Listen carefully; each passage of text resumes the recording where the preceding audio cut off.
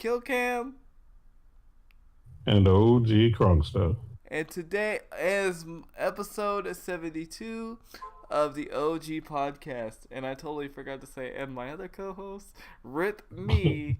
Um, and mainly because I've noticed that now that if I start doing the 5 countdown instead of the 4 countdown, um, it doesn't cut my name off anymore. Because for the past 4 episodes, you just heard OG Crunksta. And you haven't heard me, and I'm like, okay, well, I guess I gotta change the countdown. And then I change the countdown, and I forget to say, and my other co host, Rip Me. But You just anyway, can't win, can I you? just can't win. Maybe I should just record it and then just say the number, because apparently that's the only thing I can keep track of is the number. Apparently, but we are on episode 72, man. 72. Nice. Nice. Almost A to long that. time coming. I know. Almost to that 100 stage. What's up there? What's up there, Magic Seth, man? Magic Seth already here and lit in the chat, man. What is going on? Man, oh man. I've had a crazy week, of course. But OG, how was your week, man? It's been all right. It's been mostly chill. I've been just doing a lot of working. I've been making some videos. And then, of course, I also found out about something that's actually going on this week that I didn't know about because I could never find their schedule until the last minute or during the process. So I'll be going over that a little bit today. But I mean, we're focusing more on mobile gaming. Seven Knights had a huge update. So I've been playing a lot of that and did a video. And then, that's pretty much what's been going on for the most part. That's cool. Well, I hope you're ready to get into Final Fantasy because today I am renewing my subscription to Final Fantasy. I have decided to throw my money at the screen.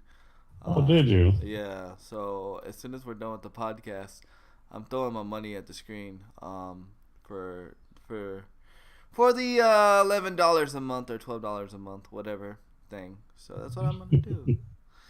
Freaking Okay. Final Fantasy. I can't help it. It's like I miss playing it. And thank you, Majeseth. I'm glad you enjoyed the title. I'm Majeseth said yesterday in Bezos chat. He's all, I love, I gotta have me some of my favorite podcasts in the world. I gotta have my podcast and coffee. And I was like, you know what? That's gonna be today's episode name, podcast and Nice. coffee. And then next Oh, week, for the honor of you, since we all know that Pepsi is the drink of champions, we will do podcast and Pepsi. So nice. nice, nice. And I do have Pepsi in the fridge also. That's the only thing I live on is coffee and Pepsi. That's it. That's it. That's it, huh? No Water. water. Well, I mean, water does exist at some point, but majority is coffee and Pepsi.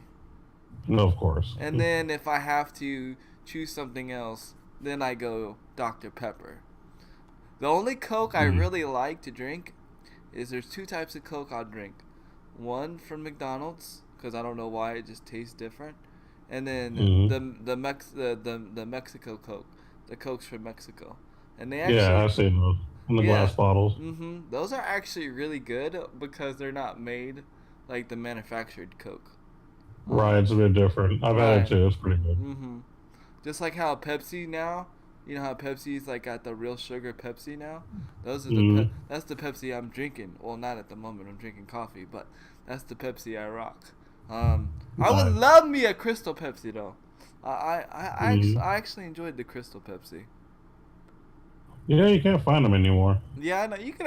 Yeah, I think you could buy them on eBay, but I think you got to pay like a lot of money, and it's Yeah, like, that's not worth it. and I'm like, yeah, I mean, I could give me a Crystal Pepsi, but then I'm sitting there and thinking like, how long has that Crystal Pepsi been sitting there, and where has it been sitting? Hmm. You know what I mean? So it's Yeah, like, and what if it's not really Crystal Pepsi? right. That is the question. So Always. that's cool. So I haven't watched your Seven Nights video yet, but Okay. because you did an update video, right? Yeah, it was an update. Yeah, I haven't watched it yet, but I'm pretty sure it's pretty intense. as always. Freaking Seven Knights never lacks on their updates, as far as I know. Oh dang, they needed more info from me. I guess it will be a bit getting back from. Man, they needed more info from you for you to get back into Final Fantasy. Dang, be like, what do you need? My social security number or what? That's what you should. Wow. Be like, you need my social? Don't give them your social though. I wouldn't recommend it, but I'm just joking. Don't ever give a company your social unless it's like Medicaid or something. Man, look at all these auto hosts. Oh my Jesus, man. Like, we've had like 5 auto hosts come in with more than like over 3 viewers. Oh my Jesus. That's good. Man, we have been getting lit.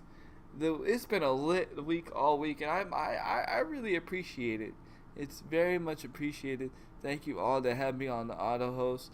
If I have not put you on the auto host back yet, don't think that I haven't noticed or I'm not doing it. I've just forgot. I've been like really busy.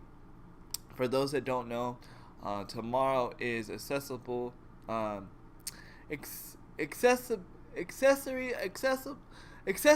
Awareness Day, World Accessibility Awareness Day, and Able Gamers decided to do something pretty cool this week, and they actually asked me to get people together to stream and get the channel all up and going all this Thursday. So I'm actually going to be streaming longer, and then Bezoid is actually going to be streaming on the channel, and then Nice. another one of our friends, Fighter9, is going to be streaming on the channel also. So we are going to have the channel up all the way up until 1 o'clock in the morning tomorrow. Nice. So I've been pretty much like trying to get that together and get everybody situated. So that's been most of my week, and then the rest of my week, oh my Jesus, I'm not gonna go too much into detail because because it's just not smart to do. But I am no longer affiliated with Twitch United. Twitch United, like, some things happened behind the scenes, and instead of me like taking sides, it's just best for me to just part ways, because I don't know what was going on, never knew what was going on. So the best thing for me to do was just to chill out. You know what I mean? You don't think you're banned? Okay. Well, that's cool, man. Then that means they made a mistake and they unbanned you. So let us know this is your second chance, man. But yeah, it was pretty crazy. I didn't get no H1Z1. I didn't get no H1Z1 beta code. And apparently, from what the news that Bezoid has, I'm not getting an H1Z1 code. Yo! Crew Dog with that 13 host raid! Man, that is the 7th host. That is the 7th host right now. Man, thank you guys so much. Thank you, Crew Dog, for coming in with that raid, man. I hope the nuts on the plane were well roasted, well toasted. You know, they're good for your heart, I hear. Really? Well, then, Yeah, well, peanuts are. They're actually good for your heart. Oh, Believe it or not. nice. A little known fact. I actually eat a lot of peanuts. I actually have That's a good thing. I'm not even trying to throw a pun. I actually have a whole sack of peanuts on the table that I eat during stream. So. Yo, it's your baby Shane. Thank you for that host, man. Yo, thank you all for that host. Thank you, Crew Dog, for that raid. Much love. A whole sack of peanuts, huh? Yeah, a whole. I really do. It's actually right here on the. I would show my sack of peanuts on stream, but it might cause controversy. But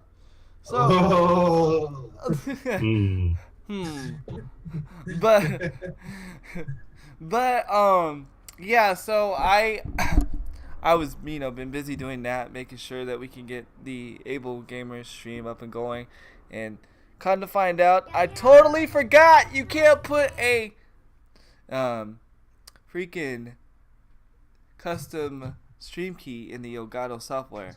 So I gotta get Bezoid resituated this afternoon, hopefully. But hopefully everything will be running well. Yo, man, thank you for that host. Yo, Angela, thank you for that host, man. We are hosted lit. Y'all don't even know. We already got auto-hosted with a combined of 20 people already. And then Crew Dog coming in with the raid. Man, you guys are amazing. Thank you guys so much. Oh, my Jesus.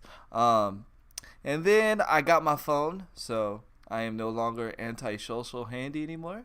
He's a homie. I'm a homie now. I can actually There you contact go. my friends now. And I don't know, man. Checking social media on the computer just feels weird. It just doesn't feel right. Like, even checking Facebook just doesn't feel right. I don't know. Like, I just after having a smartphone, it feels like, you know, social media was never meant to be checked on a PC. I don't know. But I know OG's old fashioned. He probably still checks that stuff on the PC. Huh? Yeah, No, check not it out. at all. Really? I am surprised. Every once in a while, I do. I mean, I did it back when I worked at a company that allowed me to use Facebook at one time at work. But as far as like nowadays, it's just on the phone. That's it. Not Boobies even on with, my laptop. Boobies with the 11 bitty said, I did not know it was healthy to eat nuts. Well, now you know. Whoa. Well, now you know. If you don't know, Whoa. now you know. Now you know. Now you know.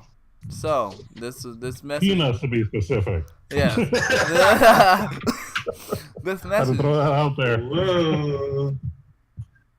I'm just saying, you know. Sorry, that's all the biddies you had. Oh, don't, man. Just the fact that you giving me biddies means a lot. I ain't worried about how many biddies. You could give me one biddy, and I would still appreciate it. No less. Yo, 25 biddies, let's go. 40, 50, by DB. And we all thought Crew Dog was lying all this time.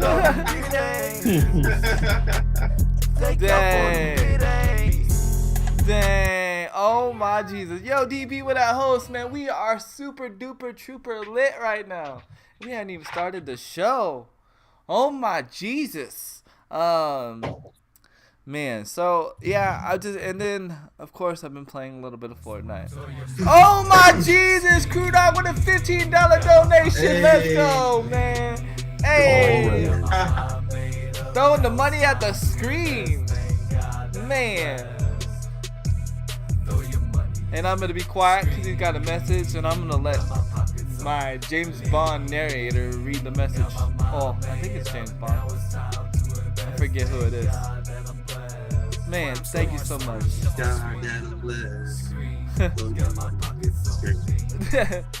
That is the jam. Thank you so much, Let it Crew Dog. read. Yep, letting it read. Eat your beans, they're good for your heart. The more you eat, the more you fart. Oh my The Jesus. more you fart, the better you feel, so eat your beans during every Oh meal. my Ha, ha, ha. Jesus. Thank you so much. I remember that song as a kid. Yep, I remember one of my aunts used to tell me that eat your beans the more you fart. Yeah, blah blah blah blah blah. So, yeah, thank you so much, Crew Dog, for that $15 donation, man. Much love, much appreciation. And then, like I said, I know we weren't gonna talk about Fortnite this week, but of course some things happened in Fortnite, like you said, OG. And Well, I told you all. we're gonna have to bring up Fortnite, and There's no way you can do it without it. I know. Can't do it without And it. I know you've probably already played with the new gun, haven't you, Bezoid? No, but I was just, and I've seen somebody pick it up. I haven't seen, I haven't used it. But I gotta ask Master CJ, did he get a chance to use it or not? Because he did pick it up, and I was just playing with Crew Dog on his stream. Shouts out to him. Yeah, me, Shane, Master CJ, and Crew Dog were playing, and trying to see, did he get a chance to use it? Because when he picked it up, we kind of got ambushed a little bit later, so I don't know if he got a chance to shoot it or not. Man, I mean, I would have just shot that thing at a tree. I wouldn't have cared. I would have just shot that thing. Man, that's crazy. And like I said, disappointed again. I did not get no H1Z1 code. Not gonna get one. I'm over getting a code. I'm still excited about the game. Really, and some more excitement. The actual Call of Duty release, multiplayer release, the big event is actually tomorrow. But unfortunately, I am gonna miss it because I can't watch it because I will be streaming over at Able Gamers. So I know Bezoid will probably be watching it, and all you guys will ever be watching it. So make sure to keep me informed in the Able Gamers chat.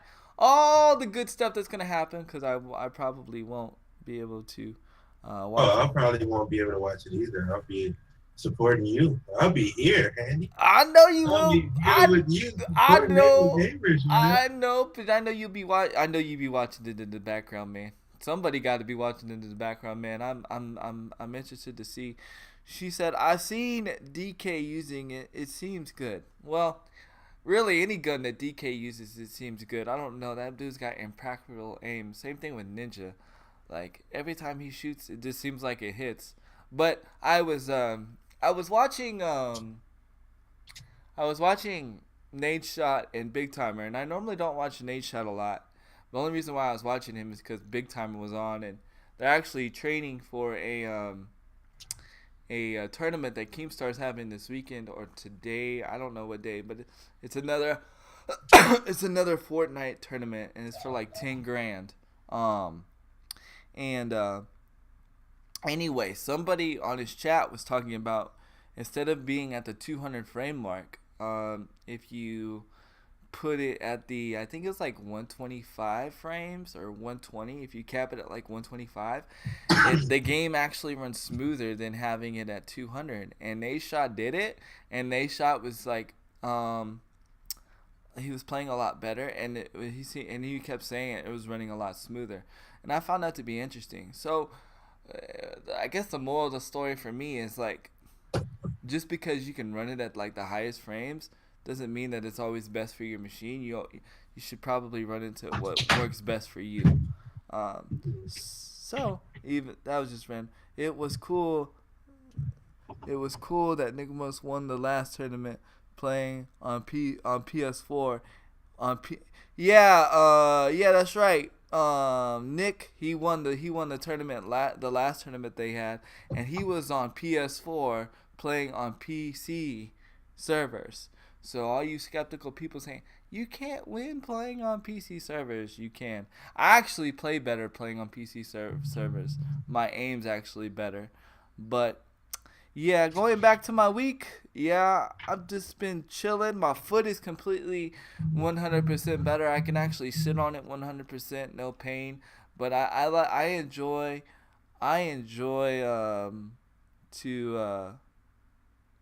sitting in the chair now. I enjoy sitting in the chair now. I play better. I'm more focused. When I get excited, I don't just fall over and fall on the couch or fall backwards. So I'm a chair dweller now when it comes to gaming. Thank you, Foot, for letting me know that, even though I didn't know I needed it. DB says, makes sense. No need to push the system to its max if you can get it to run smoothly on a slightly lower setting. Yeah, agreed. Definitely agreed. And Bezoid, how was your week? Whoa, it had ups and downs. I was sick. Hopefully the good ups and downs. Good in the bed. Yeah, good ups and downs. I got sick over the weekend, and I was bedridden for about 24 to 36 hours because of a fever of 102.7. Dang. Oh wow. Yeah. And so I didn't really get a chance to stream as much over the weekend as I wanted to. And I definitely didn't stream Monday. But the good thing is I got to do a lot of research while I was down. So I got some stuff for Handy how do I say it? That'll ease his pain. Ethan, maybe put a Band-Aid on it, but I'm still hurting inside. Especially when I see other people playing it, and I'm just like, oh my Jesus. But that's the down part. Other than that, everything has been pretty good. I've been on Destiny 2 a lot, and I've been enjoying everything about it. They really have made a good turnaround on this, and if they can continue to build on it, they can get back to where Destiny 1 hype was. So, Nice. I'm actually in the background playing stuff on it, doing public events and stuff like that in the background while doing the podcast right now. So He's excited. Um, He's cheating. Magic says he's excited to try D2. You mean the movie Mighty Ducks 2? That was one of my favorite movies. No, I know what you mean. I'm just kidding. I know what you mean. yeah, the thing that they did do well, the game has always been good, right? Right. But the thing that was bad is they had no incentive to do things after you completed the game. There was no grind for anything special. There was no gear that you was like, okay, I want that gear because it seems awesome. There wasn't nothing to make you continue to play after you beat the story. Right. And after you like beat the raid or and got the highest light. Everything else was just like, okay, nothing to do. So that's what drifted people away from Destiny 2. It wasn't a bad game, just it had nothing to do. And they gave you something to do, a lot to do. So Is it fair? anybody- Is it fair to say that that's what happened with Destiny 1? No, Destiny 1, it at the beginning it was like that. And then towards the end of the Rise of Iron DLC and what was the one right before it? They started getting back on. The Rise of Iron DLC was so amazing. Mhm. And that's why the hype for D2 was so big, because the Rise of Iron in D1. right. And it gave people a lot of stuff to do, and that's what they're doing right now. They hit the ball out the park right now, and they made it so you just can't superpower level and then get bored again. So you actually it's actually worth playing. If you are into Destiny 2 and you stop because you didn't have nothing to do, go back and give it another shot. DB said the grind was shallow. Well, they Yeah, changed. the grind was shallow. They changed that now. Yeah, They yeah. definitely changed that. I'm actually thinking about re-downloading it, but I just don't know if I want to. I don't know if I want to throw my money at the season pass yet, man. That's where I'm skeptic, because I don't feel like buying it separate. You know what I mean? I don't feel like buying one. I feel like if I'm gonna buy both, if I'm gonna buy one DLC, I might as well buy them both. So I Yeah, might as well do just- yeah, I might as Go well. ahead and do both. Yeah, I'm just. Because the content from the first DLC was good, it still didn't have nothing to do once Right. you did the content. Right. Now they added content to all of it. They added something to do. They added something to do to all of it. So you can go back and be like in the Osiris part, and then you have something to grind for. Right. And this planet Mars has so much stuff, and it's challenging. It's not like you just go through and just mash through, because if you watched me last night, I was getting my face smashed. Oh, in. you was, and then. And I was still enjoying it, and so it's challenging and fun, and it's a lot to do. Yeah, my wife was actually really enjoying your stream last night. She's like, he's so funny. And then like when you would do the random emote dances, like when certain Michael Jackson songs would come on, she was like dying laughing. She was rolling. She was rolling. And no offense to anybody, but my wife don't watch a lot of people's streams. But when she has a chance to watch Bezoid, she watched Bezoid. She actually enjoys Bezoid a lot. So if you're in the stream and you're not following Bezoid, you should probably do it. I just love music. Music is just so fun. Yeah, she kept saying, she was like, man, I'm really surprised he's into this kind of music. When you were playing the rock music and stuff. Dude, yes. Dude, she is like in a total like mission to find a rock band and get all the guitars and everything. She's like, I am on a mission. She even told me this. She's like, babe, you need to message Fire Team and see if she can get it. I was like, all right, I'm on it. So yeah, my wife really wants to play freaking Rock Band right now. So thanks to you, Bezoid, my wife will be playing Rock Band. Maybe we'll do a stream or something. I don't know. But we'll see. Oh What yeah, happens. there is. I actually on my follows list. I got one set of guys that stream Rock Band every Sunday, and they do a whole day because they work a lot during the week, and that's their power down thing is to play Rock Band That's and cool. stream it. They're very very good, and I watch them. Um, I watch them every Sunday. While I'm just doing before I start or before I go out with the family. And so I keep up on the right. They play Rock Band Rivals. Oh, No, okay. There's also Rock Band Live, but I kept finding all this DLC for it on the PlayStation, but I could, or not Rock Band, but Guitar Hero Live, mhm. but I could not find the actual game anywhere, which was surprising. Hmm.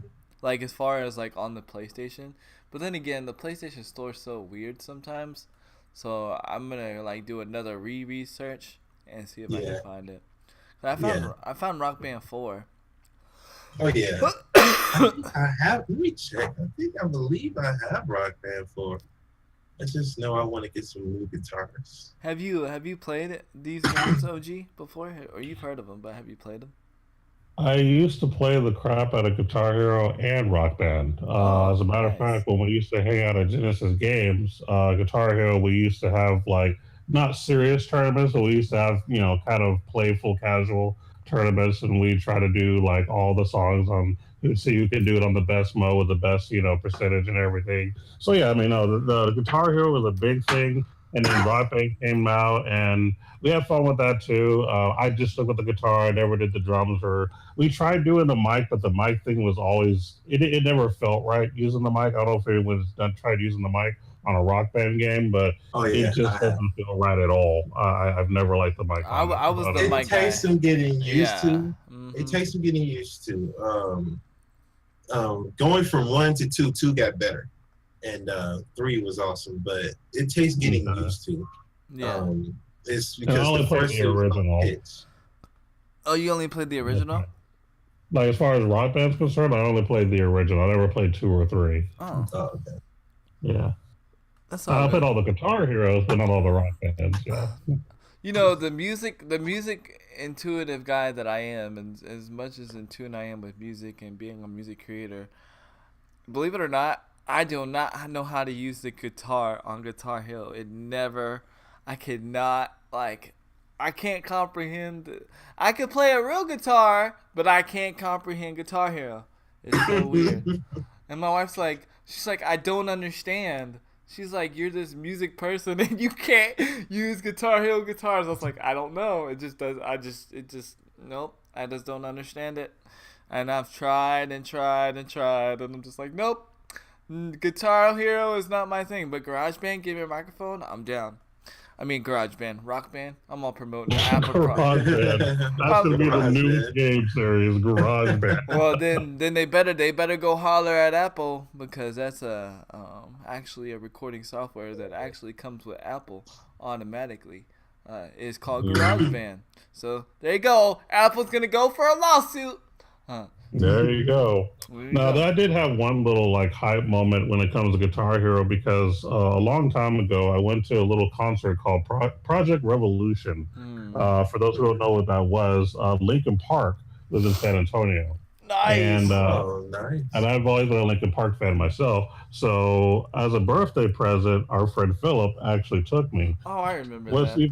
it was even more interesting is my girlfriend, who I wasn't dating at the time, her and another friend of ours was also going. We had no idea, so we all ended up just being there, the four of us, and chilling. Well, they had a little booth where people were online playing Guitar Hero, and I was like, "Spoof, we got to try this." And he was like, "All right, let's do it." And we got up there and we rocked it. We were just showing off, and people were like in the background, like clapping and doing all kinds of cheers and stuff as we were just going hard on a lot of those songs. Like it was nice to be able to show off my skills to a bunch of random people at a rock concert. It felt pretty good. You know what I mean? It was nice. OG felt like a rock star. That's just OG face it. was a Pretty rock much, star. yeah. I Yeah. was a rock OG star for a rock little while. star. Yeah. Oh, nice. There we go. There we go. OG Here. rock star. That's what's up, Mhm. bro. That's what's up. It was cool. That's Yeah. what's up. Speaking of people that are coming to San Antonio, Logic is coming to San Antonio. My wife is actually trying to surprise me with tickets, but she wasn't able to get the tickets. She was all, babe, I was trying to get you tickets to Logic, but I wasn't able to get you any. And I was like, okay. And I was like, okay, thanks for the thought. That would have been cool. Yeah, that would have been cool. That actually would have been my first. I believe it or not, as much as like I you know, I do rap and freestyle stuff. I've never been to a legitimate like rap concert. Like I've been to like underground like rap concerts, but like no, like I've never been to like a mainstream Like a artist. legit one. Yeah, like a legit mainstream artist rap concert. Surprisingly enough, it's crazy. Mhm. Crazy. But without further ado, I'm gonna let y'all go. And whoever wants to spit that knowledge, go ahead and spit that knowledge. I'm gonna let OG go first because I know what the one I want to do is gonna be a minute. You're gonna be going off on it, so I'm gonna let him go first. What's up, Fighter All 9? right. What's good, man? So before I go into the first topic, I want to first do a shout out to something that I never really get to advertise because I never know when they're doing their thing. So I'm just going to bring it up now. Right now on Twitch, there's actually a charity stream going on. And I mentioned it before, called RPG Limit Break. They're basically started on Sunday. They're going to be ending at the end of the week. And of course, you know, their schedules are random. It's never a certain week in the year. It's always different every year, which is why I can never figure out when their schedule is. It's always too late when I find out. But apparently they've already started. I just found out a couple days ago. And so they're doing awareness for, or they're raising money for NAMI, which is the National Alliance for Mental Illness. That's one that they always do. Nice. As a matter of fact, with that $5 that our homie just got for us, I'm gonna actually use that and donate to their stream after we're done here. There you go. So Nice. I'm gonna support them because again, I'm a big RPGer, and if for an RPG charity, I mean, I have to donate. You know what I mean? Like, Yeah. it would just be rude of me not to. So I'm gonna be throwing my money at the screen for that. So thank you for helping me to donate. And so I just kind of want to throw the knowledge out there for y'all. If y'all want to donate to their stream, they're on Twitch already. I'm not sure what RPG they're doing right now. I can look it up later on. But just wanted to kind of throw the knowledge out there so y'all can check it out during the week. Now tomorrow, of course, you're still going to want to support Handy because they're doing big things, the Able Gamers. But then the rest of the week, try to hit up RPG Limit Break and show them some love. Definitely. So, Definitely. Yeah. I will be over there. I'll go hang out. I'll go put them on the auto host. There you go. So when I'm not, I like doing that. I like putting charity events and stuff like that on auto host also. Like those are probably like the big like, cause I never put like big streamers on auto host unless like I have like a personal like friendship with them, or I talk, or they talk with me and they communicate with me. But other than that, like I like doing like putting like I got Gamers Done Quick already on auto host, so like when they come live, like they already lit on my channel for sure. Right. For sure. But yeah, I didn't even know. I had no Yeah, idea. I know all about RPG Limit. I just didn't know when they did. Like you didn't know. They're always Wow, random. Like it's hard to keep up with them. This is crazy. This is why we always say, stick to your schedule and let people know your schedule so that people can be support, because there's actually people that want to support you. So you want to make sure that you let people know your schedule and let people know when there's changes to your schedule. I'm not shouting at them. I'm shouting at people that are streamers and small streamers, but this is prime example because there's people that want to support you. You have a fan base, you have people that love you and love what you do, and they can't support you if they don't know where you are or when you are going to be live. And that's prime example right there. Prime example. Yeah. Oh, and here's a random thing since we're talking about streaming. My sister-in-law actually started doing YouTube. Nice. Yeah, the actual sister-in-law that actually likes me. That's like she likes might not like me like that, but like we're cool, and believe it or not, like her first 2 videos have already got over 400 views, which is really cool. And she's You know, she's climbing up there, and she's just doing tutorials on makeup, which is really cool. So, and she's Nice. actually really good at it. So, shout outs to her, and that was just really cool. And it was really cool. Is like she came to me asking me for advice, and I thought that was really cool. So it was Yeah. pretty dope. Because even Okay. though I'm not big on YouTube, she knows like I have a streaming presence, I guess, on Twitch. She's like, so what do you do? How do you do all this editing stuff? And believe it or not, her first editing job was pretty cool. Like all the stuff that she did, she like learned on her first video. That took me like months to figure out, like how to do the like she has this one part in the video where she actually slows it down and speeds it up. Man, that took me forever to figure out. She all figured it out within like a week. I'm like, GG's. Makeup tutorials are a big thing these days. Yeah, and the cool thing about it is like she's actually really good at it, and she was doing it before she was like already like doing it on YouTube. So it's like something she's passionate about, and that's all we say. Don't do something on YouTube or anything that's or Twitch or anything that's just trending. Do it because you're passionate about it, and that will resonate to your audience, and she's blown up in the freaking first two videos over 400 views. It's freaking amazing. Freaking crazy. Oh yeah. Yeah, that's awesome, and congrats to her starting. Yep. Yeah, I have a family member that does it as well. My cousin does it, so Oh, that's what's I up. know for a fact that it's. I've seen her work, and yeah, it's not easy. So for her to actually be able to go through it, more power to her. What's up, Chosen? So true. I never get views for trends. Yeah, exactly. You never get views for trends. Exactly. Right. Exactly. Nope. You never do. And the same thing on Twitch. It's weird, right? Because you figure like, how do you know what's trending on Twitch? A lot of people, some people will see that, some people are playing a game, but they never, like for instance, like a big RPGer, like a main RPGer streamer just picks up Fortnite because it's popping, it's not gonna happen. You know what I mean? I guess that's a good way to put it. But definitely, so it's crazy.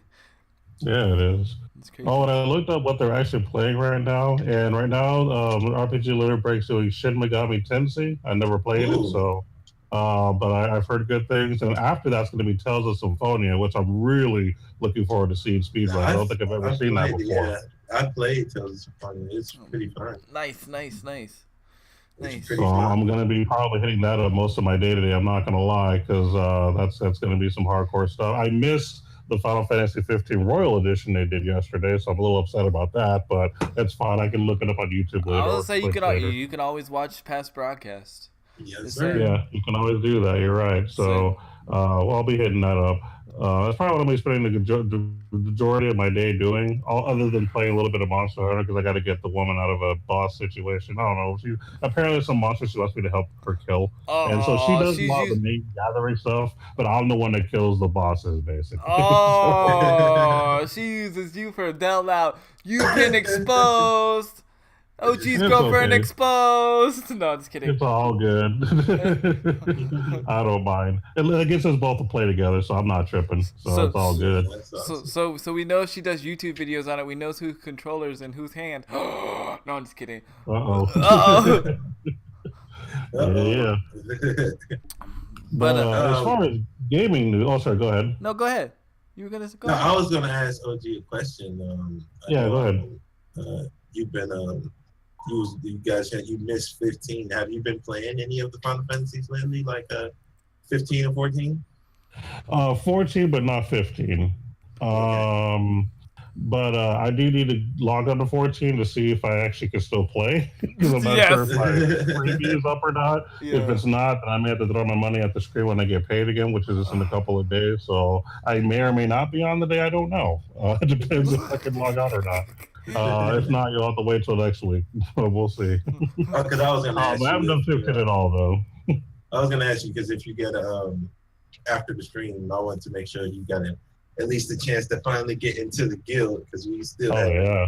had the chance to invite you yet. I probably got kicked out the guild. No, I'm just kidding. I know. I'm just kidding. I haven't No, played. sir. I haven't played. I did see. I did. Well, let me rephrase that. I didn't watch the video, but I did see a title talking about the update and how some of the jobs have changed or the way you. Yeah. So I'm interested in that, and I was like, man, you know what? I just need to throw my money at the screen because, like, I like right now it's just Overwatch for me, other than Fortnite or Call of Duty, and like I miss playing Final Fantasy. And right now I'm trying to stick away from Overwatch, because if Bezoid's not playing, I don't want to solo queue.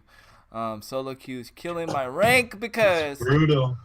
people just It's don't know brutal. how to play Overwatch, and that's my nicest way of saying it. But you know, that's just my nice way of saying it. It's so hard to solo I'll queue. say it. I'll say it. People suck.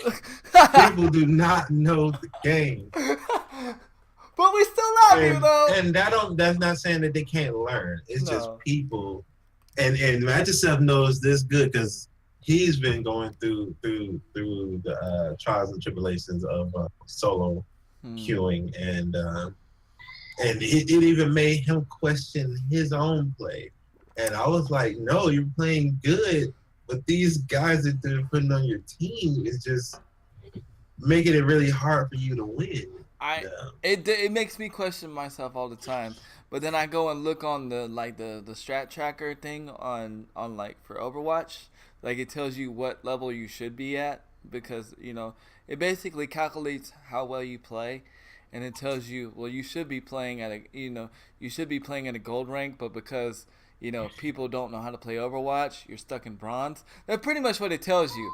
You know what I mean? And so what the thing always tells me, it says, Handy, you play at a gold level, but you're just stuck with bad players, unfortunately. Chosen, Overwatch is a very, very good game.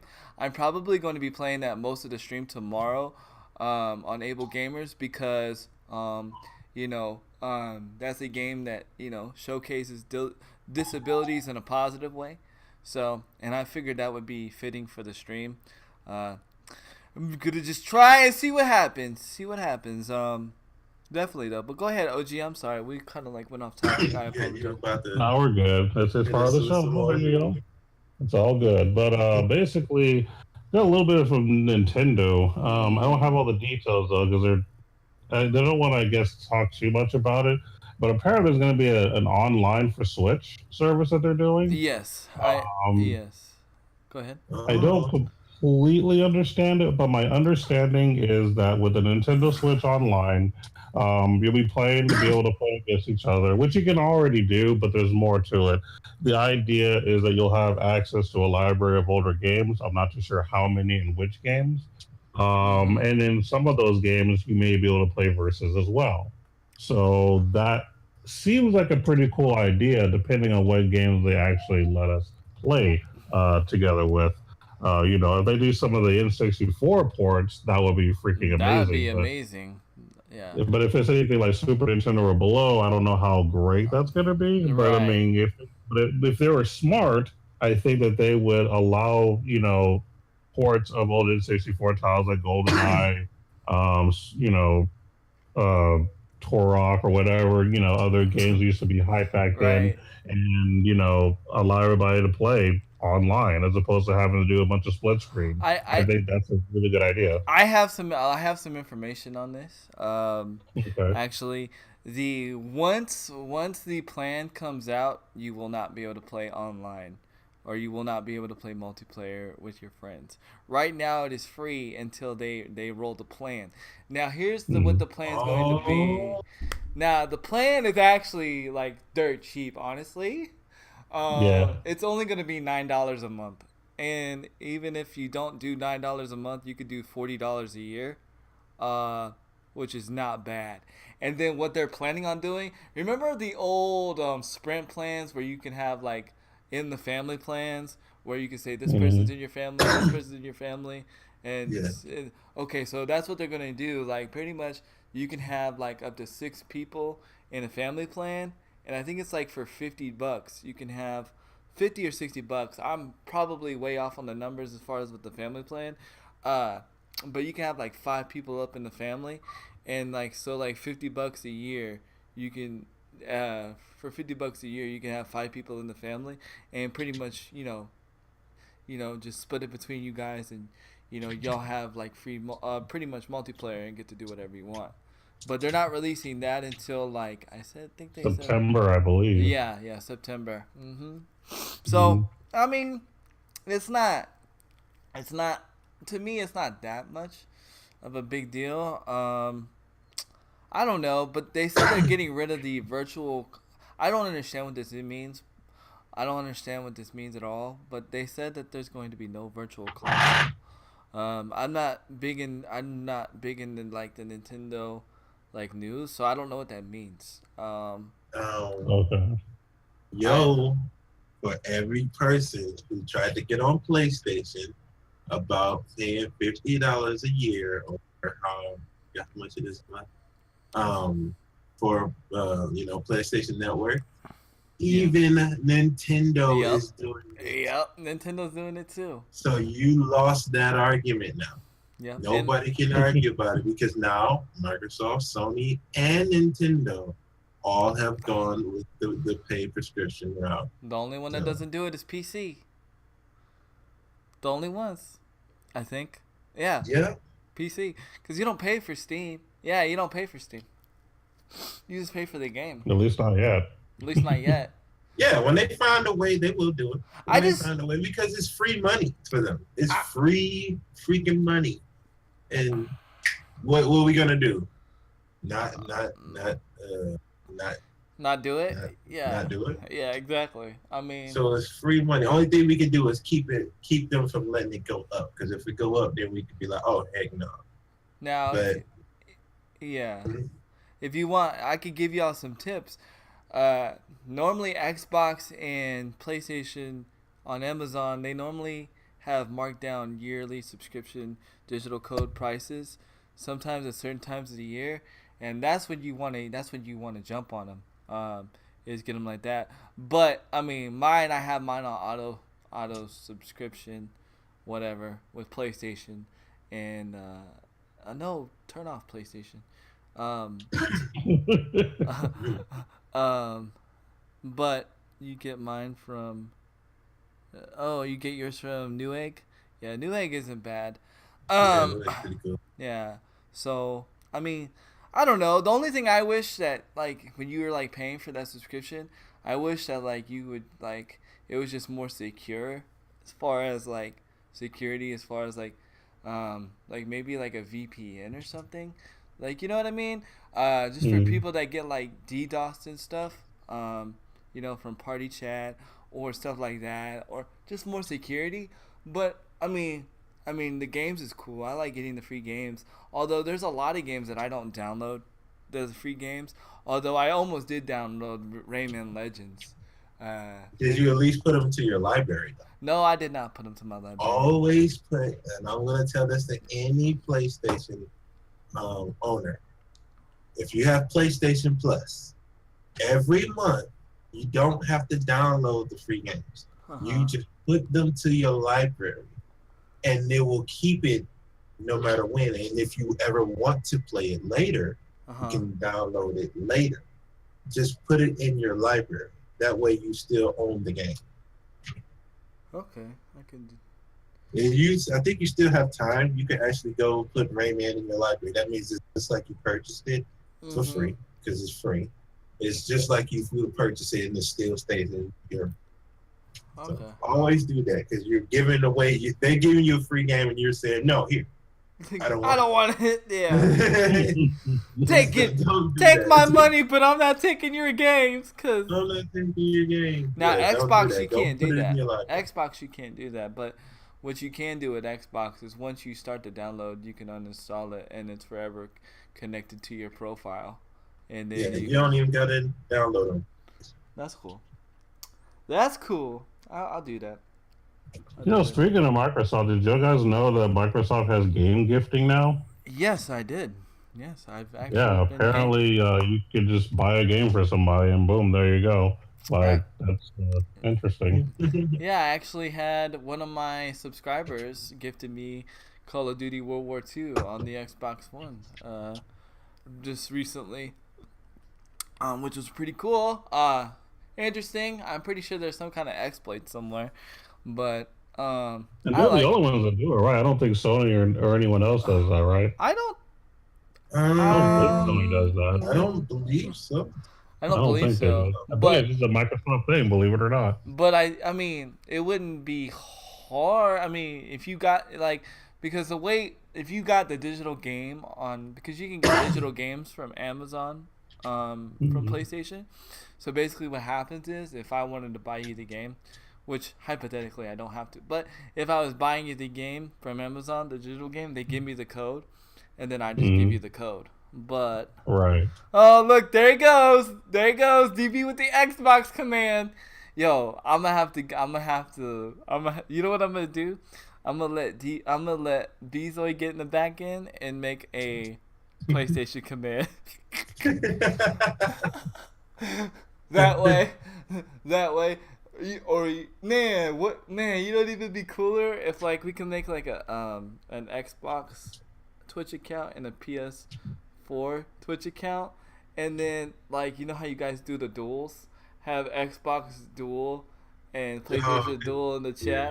That'd be dope. That'd be dope. That'd be sweet. That'd be That'd be sweet. sweet. That'd be sweet. That'd be so sick. Um, that'd be cool. Whoa, Bezoid in. Oh my God! Of course you would go there. He said, "Whoa, Bezoid in your back end." Oh. Wait, hold on. What you say? He said, "Whoa, Bezoid in your back end." Whoa. Well, I Whoa.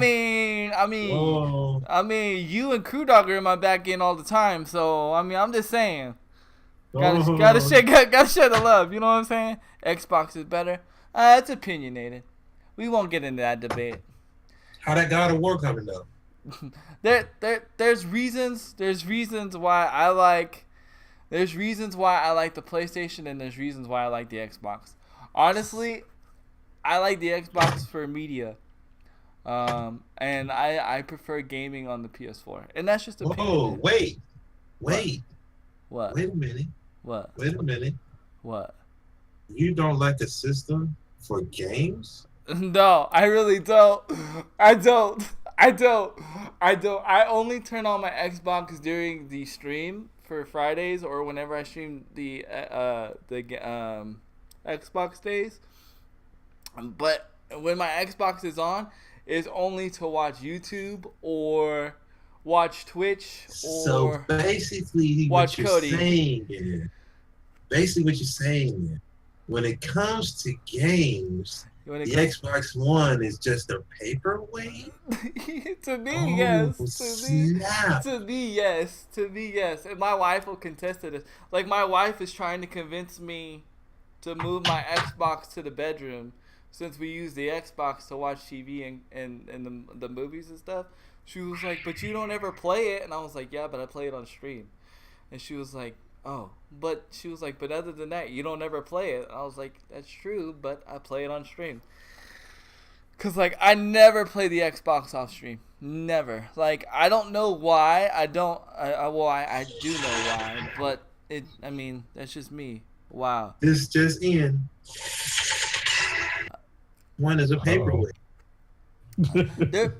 I need more Xbox. There's no games that make me want to, like, there's no game that makes me want to turn. PUBG was it, but then PUBG just, yeah, we know what happened with PUBG, so. Like, once PUBG stopped working on Xbox for me, I was done. And it's like, I don't know, I prefer the Fortnite experience on PlayStation. I prefer the Overwatch experience on PlayStation.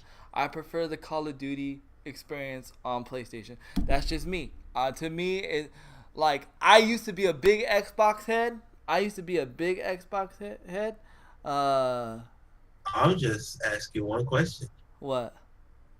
What games on the Xbox that you can't play on the PlayStation? Don't worry, I'll wait.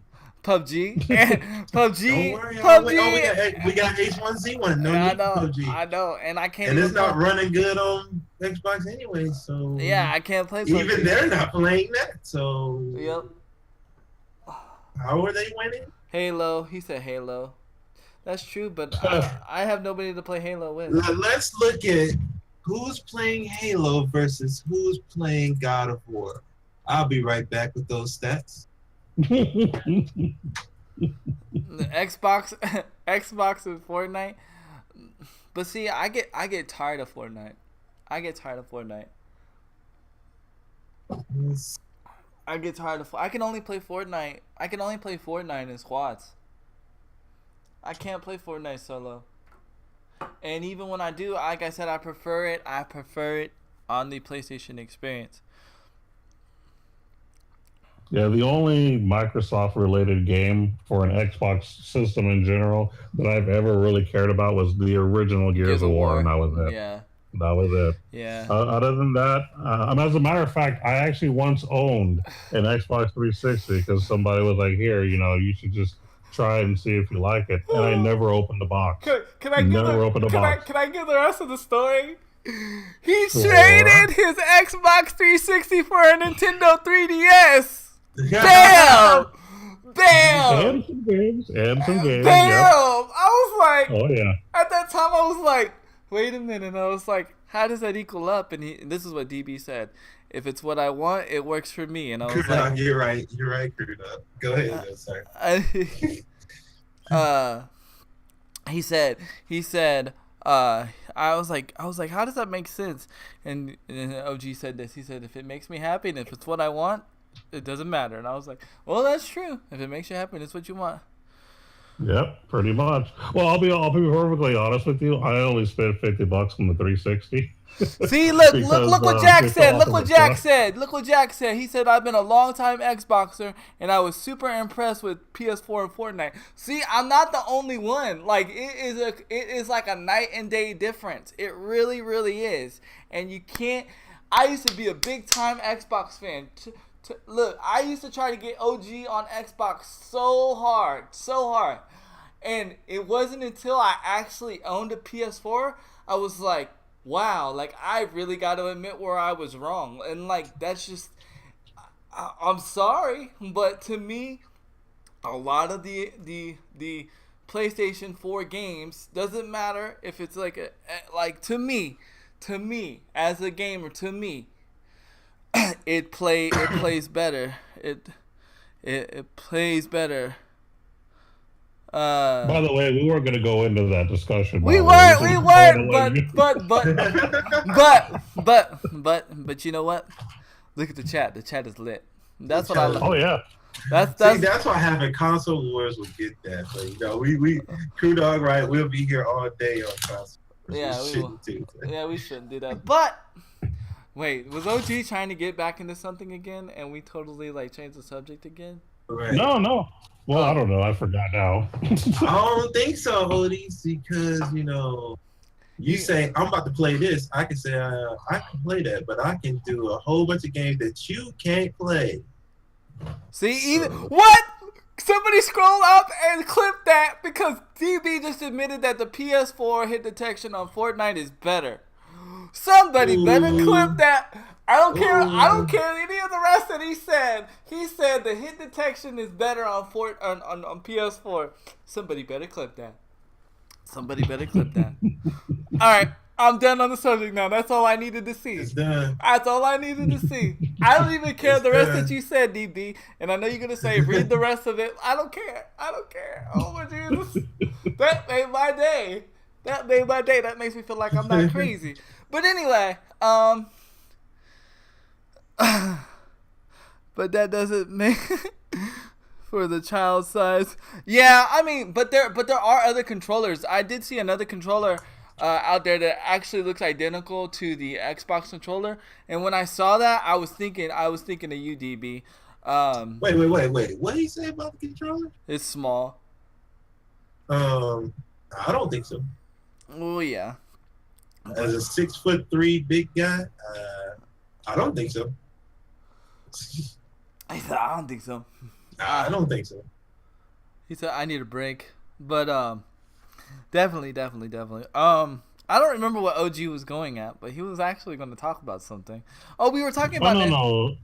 All I brought up is during the Nintendo conversation, I brought up Microsoft, and I just said, "Oh, did you know?" Oh no, I got that big you hands.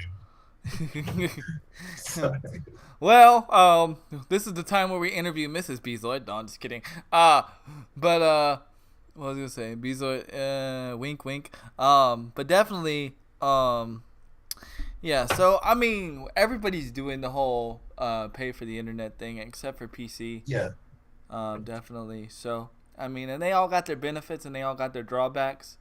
I mean, it all just depends on like which system you really enjoy. Yeah.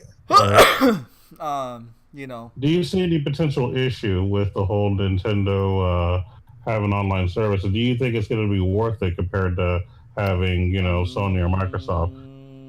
I'm about to hit you with the real. Go ahead. I'm gonna go ahead and let you hit If it. they use a lie for the reason why they're doing it, then I have an annoyance. If they say we're doing it because to help the servers or something like that, to give us better servers, then I'm pissed off because that's a lie. Now, if they just saying they just trying to make the extra money just to make the extra money, then that's real, and I can understand it. I can respect that. Right. But because everybody else is doing it, and they just losing free money from not doing it. As a business standpoint. But they do need to work on that network. That network needs to be better. It needs to be more stable. Let me switch the gear for a second. What if they would have done something like this? Because you know how you can get tablets and stuff on your cellular plan? Wouldn't it have been interesting if you could have and this is just like if we were in a perfect world, right? Because hypothetically, I mean, it probably wouldn't work out financially. But wouldn't it be cool if you could have just put your Switch on a network plan with your cellular company and just run off your cellular service? To me, I feel like that would have been better.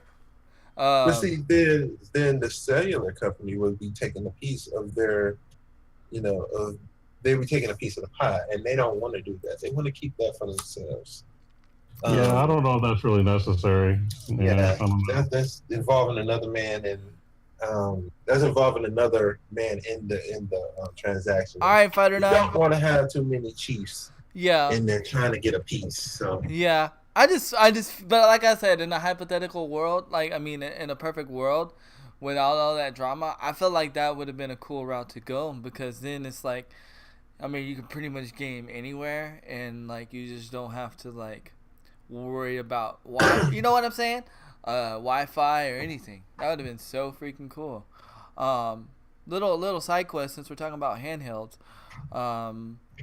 PlayStation has stopped making physical games. It didn't say virtual, like the downloadable games, but they stopped making physical games for the PS Vita, which is pretty interesting. Which kind of stinks, because I feel like the PS Vita is one of the most underrated handhelds in right now. I agree. I agree. But let me ask you this one question, and it's gonna make you think. When was the last time you saw somebody just say, "I'm about to go whip out my Vita"? That sounds so bad, but yeah, that's true. But you know what? I actually want a Vita. I really want. I do. I want a Vita myself. I mean, don't get me wrong. I actually want a Vita because there's games on there. Well, I got the emulator now, so I can't play them on the emulators. But I would rather get the Vita itself. Because games like Crisis Core, which is only on the Vita, and Final Fantasy, I love Crisis Core. Games like that, and the Final Fantasy Tactics, War of the Lions. That version is only on the Vita, and I would like to get those and have the actual physical copy of those. So I do want one, but you got to think about it, I can't remember the last time I heard somebody say that. No. I'm trying to get my brother-in-law's. My brother-in-law's got one, but he actually plays it all the time. I'm trying to get it off him because the main reason why I do is because I like the remote play the PS4 with it. So like, say when my wife's watching TV or my kid's doing something on the television, I can still be playing my PlayStation. You know what I'm saying? That's what I like.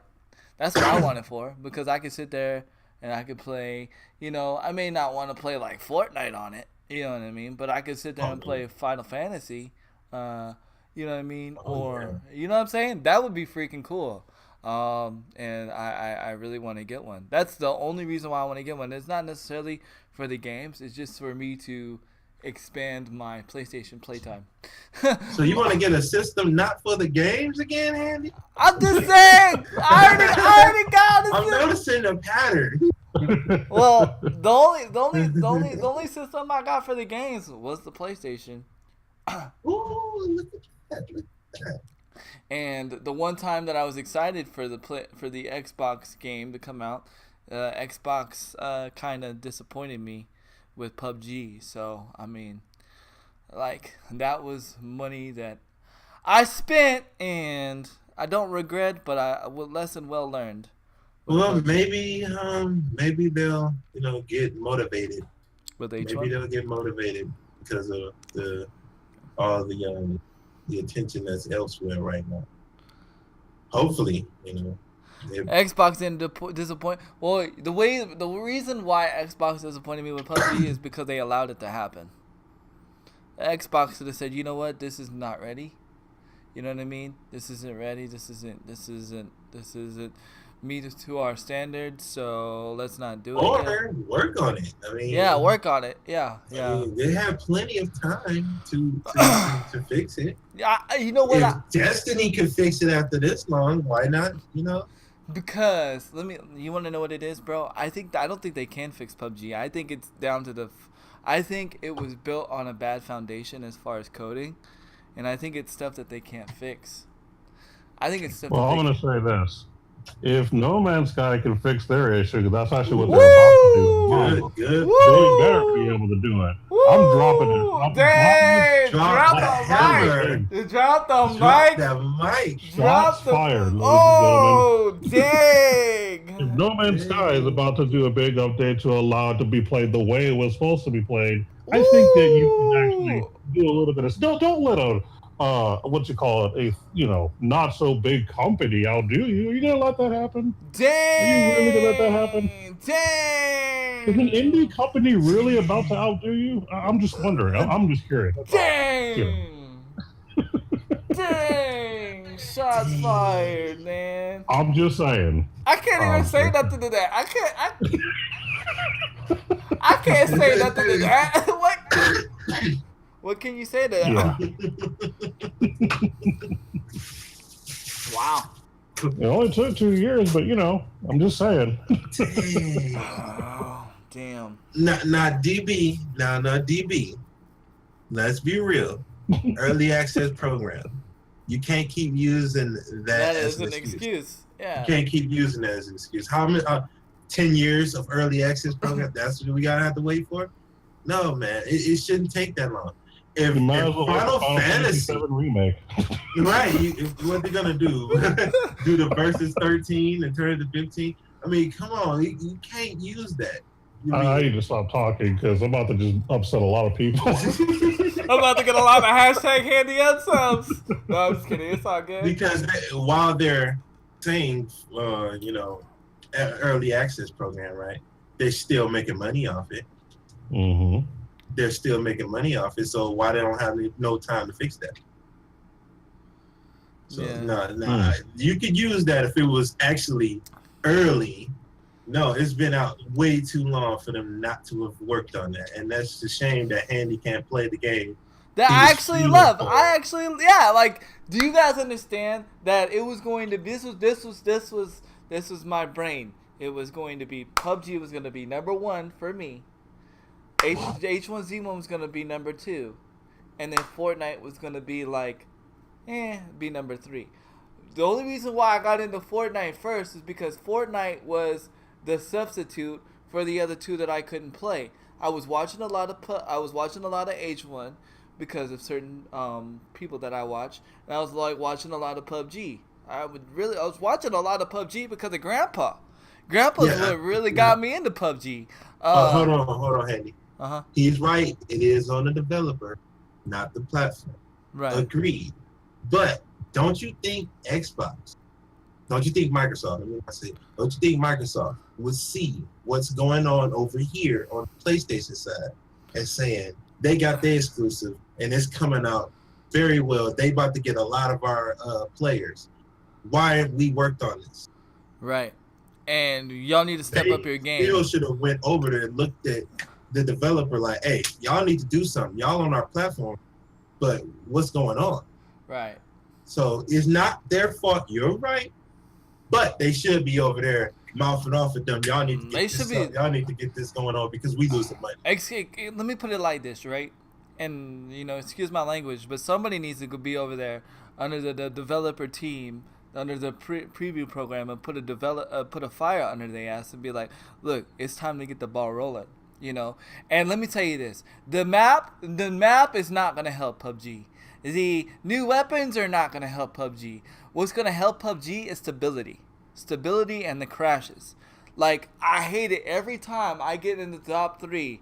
I crash. Like, and I don't mean my car crashes. I mean the game green screens. I get kicked out of the game, and then I have to reconnect, and then hopefully I don't die. Do you know how frustrating it is when you get in the top 3 and you get kicked out of a game, and then you got to go back into the game, and then you come back into the game to find out that you're dead? That is so frustrating, and it's like I can't get better at a game when the game is not even like stable enough for me to get better on. You know what I mean? So, yeah, I mean, I don't know. Y'all don't work for Microsoft. I work for Twitch. LOL. He said, I don't work for Twitch. You got to read it the way he said it. Oh, He said, y'all, I don't work for Microsoft. I work for Twitch. It's how he said it. Yeah. But, I mean, I'm just saying. So, like, that's just my thing. And it's like, of course, like, it's just frustrating. It's frustrating because I know if I was a CEO of a company and I saw a game or something that I put out that was in the incubator and I saw something, I would be like, look, we need to, this isn't working. Like, we need to do something. Like, and granted, I don't know. But, I mean, I feel like even though I don't know, I speak a lot for the community and how the community feels. Because there's a lot of people that love PUBG. But there's a lot of people that can't play PUBG. And the frustrating thing about it was there's a lot of people that couldn't play PUBG because their PCs couldn't handle it. So that's why a lot of people were excited for the console version of PUBG to come out. And the fact that you still can't play the console version because it's not optimized right, it's just like double frustrating. It's like, do you guys realize? Look. Do you guys realize? Let me put it to your perspective, to my perspective. Just look at it from my standpoint for a second. I got PUBG on the PC, can't play it. I got PUBG on the Xbox, can't play it. That's frustrating. When you own a game twice and you can't play it due to optimization issues, so that's just very frustrating. And we could sit here and go tit for tat all day, but at the same time, it's just frustrating. And that's something, imagine if you bought a game 3 times and it didn't work. It's like me buying Overwatch 3 times and it didn't work. So, sounds like you need... I do own Overwatch twice. He does. I do own Overwatch twice. I own it on the Xbox. 3 times because he wants you to get it on PC. Well, but go ahead. I want to because DB has this. He's absolutely right. He's absolutely right what I'm about to read to you. He said, "Okay, I'm sure Xbox was not happy because they dropped money for exclusivity. But to be honest, as well as PUBG PUBG console port was a money grab from the beginning. It was no different than a game being ported from a movie. They are never good and just a money grab. Problem is, so many people actually paid for it because it was released. Not smart." I'm agreeing with that, I'm agreeing with that, and it's actually going to bring me into the next topic Go ahead. Yeah, because let's this change is the one I topic. was waiting on. Yeah, Yes. good segue. It's a good segue. What he just said was a great segue to what I'm about to tell the warning about the handy. But I'm gonna read what DB said right here as well. Uh-huh. But then again, that again is on you, Handy. You bought the PC version knowing your PC was not made for gaming, and you bought the console version before you actually saw any actual gameplay.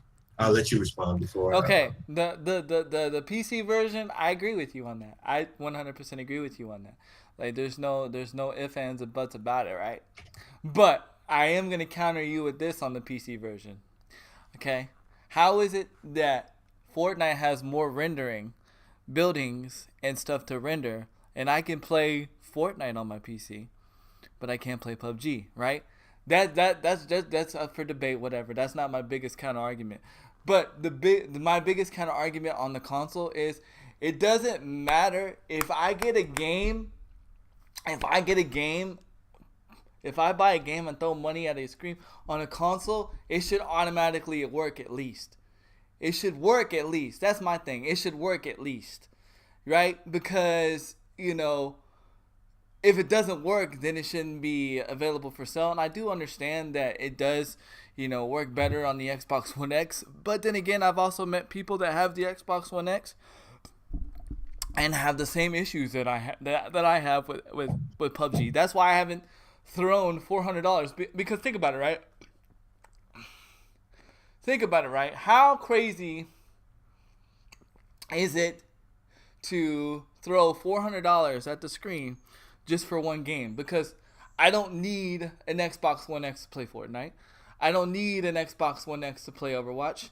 I don't need an Xbox One X to play Halo.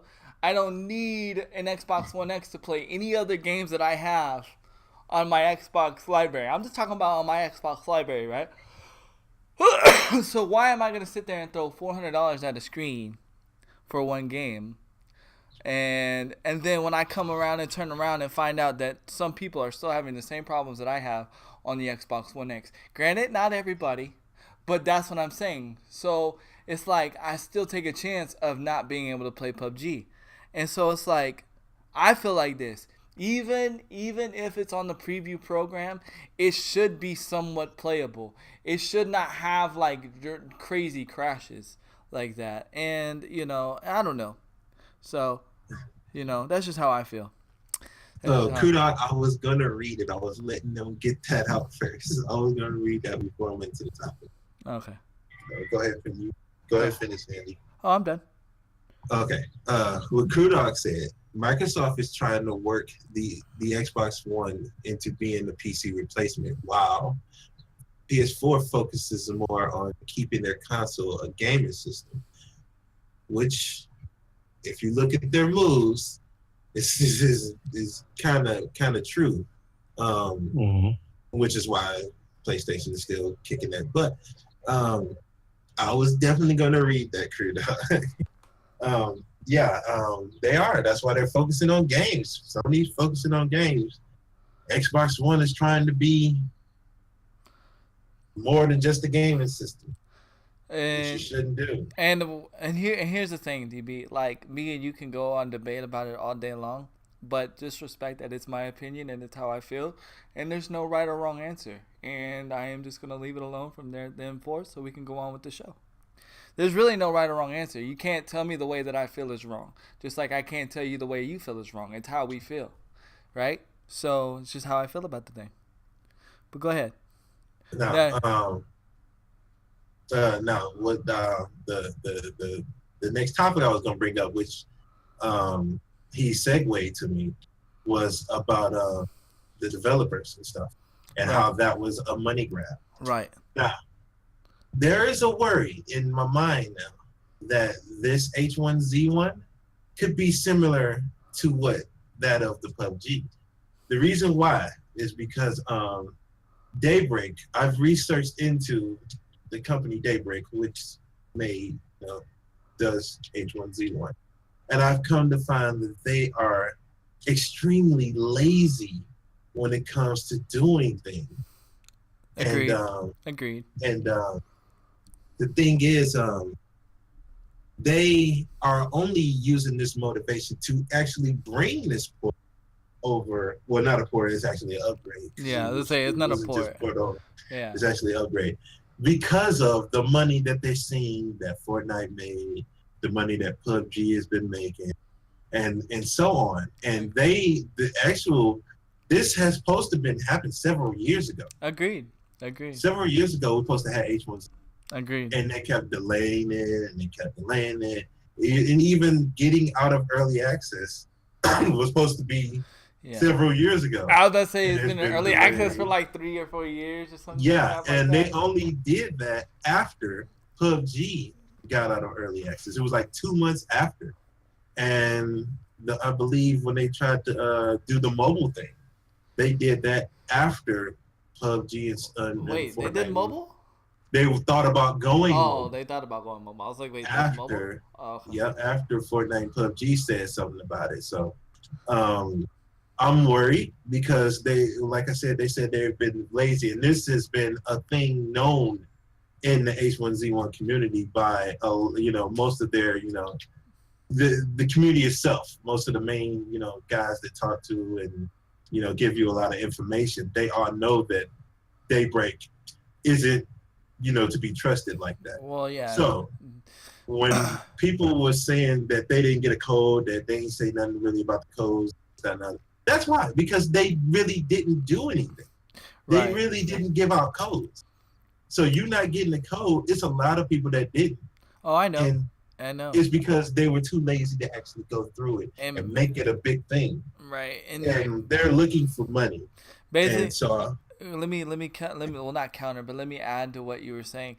Basically, what I found out too is that if you were a streamer, and which I don't know why I didn't think of this, but I should have just done it anyway, because normally if I want something, I just go out and grab it. Like for instance, I'll go out and email somebody, and basically what this dude was telling me, he said if you're a streamer or you're a content creator, all you had to do was email Daybreak and they would have gave you a code. He's like, that's how I got my code. He said, yes, I signed up for it, but I let them know, hey, I'm a streamer, da da da da da da da, and I want to promote your game, and so and they gave him a code. You know what I mean? So I'm kind of that. I don't like hearing that. I don't either. I knew about H1Z1, but I never dove into the backgrounds of the developer. Right. And that's one thing that's a big turn off to the Bezoy is developer doing how should I say shady business. Shady business. Shady ladies business. Yeah.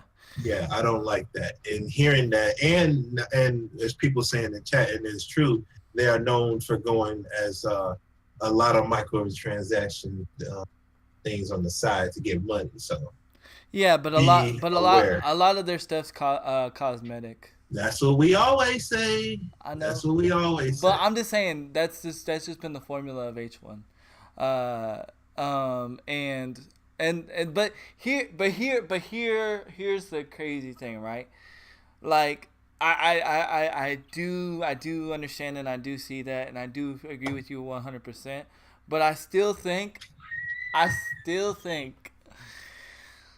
they won't. Okay, so I'm putting this on record right now. They will not overtake Fortnite.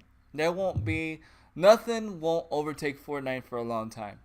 None of these games that are coming out right now are gonna overtake Fortnite. Not even the Call of Duty Battle Royale is gonna overtake Fortnite. Okay, so let's just take out of the picture, right? But I still believe that even though with their issues and their drama, whatever, that they could still come out with a better version of a console version than PUBG. And even with all their things, here's one thing that they're doing right that PUBG didn't do right, and they made it free. So I'm not investing my money in. I did invest money in the game. I bought skins. I bought the the whatever. I bought the pre-order skin. Whatever. Yeah, listen to that. Listen right. to that. Right. You bought a skin before the game even came out. I know. The game ain't even out yet. We don't even know if the game could be bad rendered. I mean, be bad play. Well, don't know. I've seen gameplay on it, so I mean, You've seen gameplay that's not actually you touching it. no, that's true. But I mean, everybody does it, man. I mean, we all take risk, and that's a risk that I chose to take. But here's what I'm saying. Even though, I mean, I'd rather take. Look at it like this, right? I'd rather spend $30 on what I just did, knowing that, than spending $30 just to play the game. Just to play the game. Okay, so I'm looking at it from a PUBG standpoint. Just to play. No. I don't want you to feel No. knocking you for doing that. I'm just looking at that company. Yeah, that company Daybreak. Yeah. And I'm piecing together things that they're doing. Right. But what I'm saying, and I'm counteracting that, I'm saying, but to play PUBG, you needed to pay $30 just to play the game. And that's what's frustrating. I had to pay $30 just to play the game, and then it doesn't work. You see what I'm saying? So it's like I literally wasted money there because I have a game on my system that I paid $30 for that I can't pay. That I can't play. At least I can honestly say with H1Z1, I didn't have to pay the $30. I chose to, but I didn't have to pay the $30 to play the game. You see what I'm saying? Okay, I get what you're saying. And that's why I feel like it may not be as bad as PUBG because, at least I didn't have to pay. Look at it. Watch the spin I put on. I didn't have to pay to play. I didn't have to pay to play. It was so I mean, if you can see the you said, but are we really going back on that again? No, I'm talking about him. No, that's not the same, Crew Dog. PUBG is not free on Xbox? No, PUBG is not free on Xbox. You have to pay $30 just to play the game. And that's what's frustrating. I'm talking about as far as him putting money towards it or not. And towards a game that's coming out and it came out. That's different, Crew Dog. And I literally, and yes, I did throw money at the screen for Fortnite because when Fortnite first came out and the Battle Royale first came out, a lot of people don't know this, but when the Battle Royale first came out for Fortnite, it wasn't free. It wasn't. And the basis of why it's different is because of what happened with PUBG. Yes, you made me smile. The difference of what happened with PUBG and not having it happen again with H1Z1 is why it's different. Right. That's the reason. Yep. I mean, I'll take a chance on a free game. You know what I mean? Yeah, I spent $30, but hey, cool. I got a background. And some stuff. I mean, it is what it is. I mean, at least when Fortnite came out, and they made their game free, after you paid for it, they offered you to give you your money back. PUBG, I can't get my money back for PUBG. I wish I could. I would literally, if PUBG would come to me and say, look, we want to give you your money back if you want to install our game, okay, I'll do it right now. Because see, the thing about Fortnite is their PvE is actually a good game. Yeah. That you paid for. So yeah. I'm not mad that I paid for the PvE. I get a little bored. With the PvE, but it's not bad. Boring does not mean it's bad. Okay? I like all the different guns over there. Let's get that straight. Just because you get bored doesn't mean the game is bad. You get bored just because your mind is used to something, and I just used to multiplayer, so I just get bored easily when I play one-player games. And I'm sorry, OG. Go ahead, man. I know you probably got some stuff to say. Well, you're good. I wasn't saying anything. I know. I'm just saying. I'm pretty sure you have some enlightenment on it. Can I go into the discussion that go ahead. DB and Chosen were having? Yes.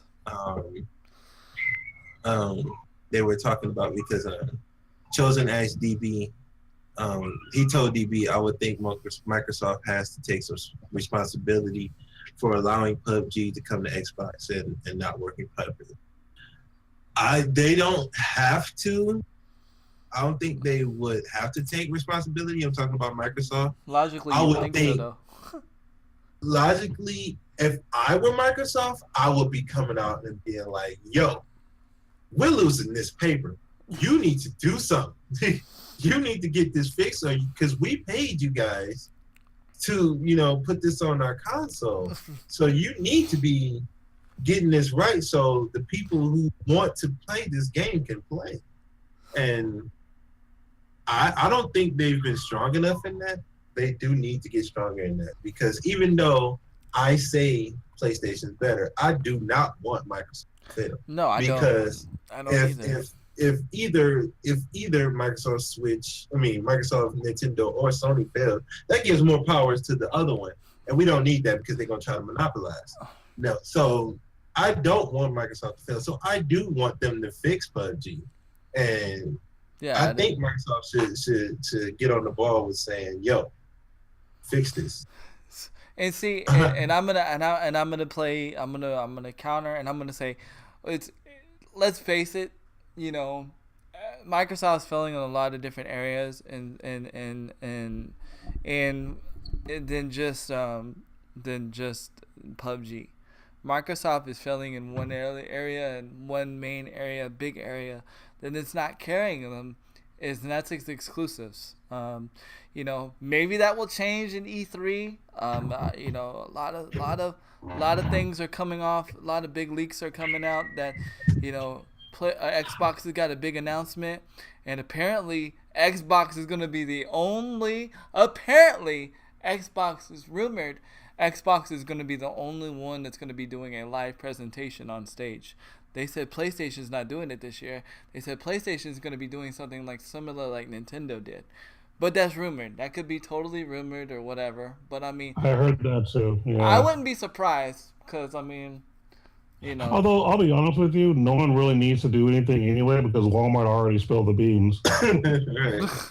Y'all know about that, right? What? What do you mean? So apparently, a Walmart employee put out a bunch of lists of games that were going to be on E3. Oh, rip! Wow. Yeah. There's like a big apparent. I don't know if he got fired or anything like that, but now and the interesting thing is Game Informer did an analysis about this, and we're just, but a lot of the games on that list were actually confirmed by the companies themselves that they were going to be there. Not all of them, but a good chunk of them. So that could be a legitimate these are the games that they're going to be talking about straight up. So whoops, Walmart. Well, leave it to Walmart. Whoops. Leave it to freaking Walmart. They're doing more than rolling back prices. Let me tell you that. But I mean, that's crazy. What's up there, Servio?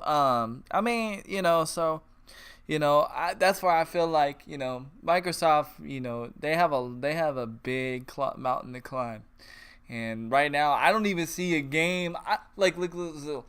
Crackdown 3 is not going to save them, okay? I know a lot of people are happy about Crackdown 3, but y'all have to realize, Crackdown 3 was supposed to be out a long time ago. I'm over Crackdown 3.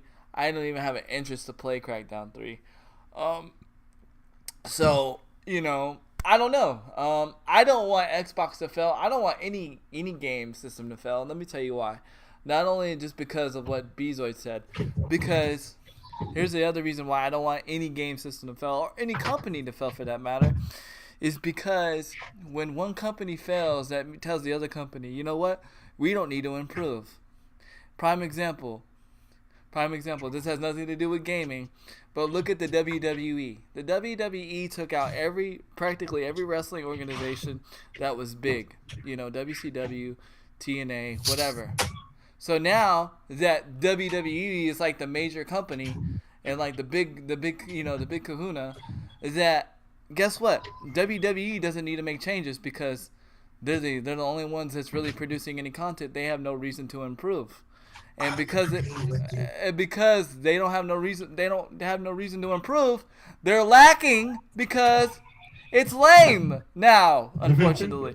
So, that's why I don't want that to happen, because guess what? PlayStation or whoever wins the war and takes out all these other companies, they're just going to be like, you know what? We don't need to improve. We'll just stay the same. And it'll just be lame.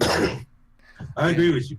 Especially on that WWE part, because man, oh man, it gets lame sometimes. It really, really gets lame. Like I I can't even cannot watch it watch anymore. I like I stopped used watching to. it. I I can't. cannot watch like I used to. No, you just can't watch it anymore. But because they don't have no reason to, they don't have nobody to put a fire to it. When WCW was there and they had the Monday Night Wars, man. Oh Oh man. man, Oh my my God, lord, it was bro, it was so so lit. good. It was so lit, bro. Like you literally was like watching both. You was watching both. I was watching both. I would go back and forth to both, and it was so good. It was Mhm. so good. But what's up, man? What's up, Killer? I agree with that, DB. They do need to. I say I won't say fall. I say get a spanking, so to speak. Like you need to do better. I don't know about fall is the right word, but yeah, sometimes they need to go through the motions of being told, hey, you just can't do anything. You just can't throw money out there and or just give a whack game and get the money grab. And so, yeah, you're right. I don't think fall is the right word, but you're right. They do need to live through. This is what happens when you make a crap game. Right, right. Well, I mean, EA should know all about that. If they need experience, hey, EA should have a flag that says, this is what we normally do. We This know. is our mountain of cash grabbing sucky games. And you know what Microsoft says to that? Here, let me buy your company. What? What? Here, come work with us. Yeah, that makes a lot of sense. Well, EA is making a lot of money now. Like EA won that one. Yeah. I guess it was for Microsoft, but EA is rolling the dough right now. Yeah. You know the bad thing about it is I still want to buy Battlefront 2. I can't help it. Can't help Stop it. it, man. Stop I it. can't help it, bro. It's like itching. I'm like, I want to play, and I know it's I gonna want to be so... part of the problem. I do. I want to be part of It's the just problem. I like just like Heroes. I love Star Wars, man, and I just can't. I can't help it. Like I know what people say, but it's like one of those things. Like I want to experience for myself because it's No, like you no, know. Andy, I know. You're begging to be spanked now. I know. And I'm not So be talking about in a Microsoft. good way. Yeah, I'm not talking about in a good way. Listen, there's sometimes you have to take your fanboyism and put it Yes. on a hush mode. I know. This is one of them. I know. They went for that reason. Yeah. Because people like Star Wars. I know. That is like the biggest money grab. DB, shouts out to you. That is the biggest money grab that they do. Yeah. They go after stories like Star Wars and let's say Dragon Ball Z, stuff that we know and love. And they like, well, we're gonna make a game based on it. And then they don't really care about what those fans really want in that game. And so, yeah, don't let them get you. I know, Don't I let know. them do that. I know. Don't do that. I know. They already got so many people just because they love Star Wars. Look, I'm just telling you this. If it goes down to $5, I'm sorry. I got to do it. I got to do it. $5, I got to do it. But other than that, if it doesn't go down to $5, I'm not gonna do it. But yeah, you know, I'm not gonna do it. Hopefully, H1Z1 can carry me to Battle Black Ops 4. Hopefully. I hope so. I hope Like, so. 'cause most of the stuff I looked at, just it didn't say turn off from H1Z1. It said be warned. Be warned. You know, I don't care as long as it runs smoother than PUBG. I'm happy. And I'm not saying that I don't like Fortnite or I'm gonna stop playing Fortnite. I just need something else than Fortnite and than Fortnite and Overwatch, just because like I like Call of Duty, but it's just like I'm ready. I'm just ready for Black Ops 4. I'm either ready to be amazed or disappointed by Black Ops 4. I'm hoping to be amazed, but I'm not gonna put it past that. You know, something can happen and I could be disappointed. I don't know with this new way of what they're saying. Forget what you know about Call of Duty. That's pretty much their slogan for this year. Forget about what you know about Call of Duty. And it's like, well, what does that mean? And I'm hearing a lot of rumors that it's gonna have a little bit of similarities to Overwatch.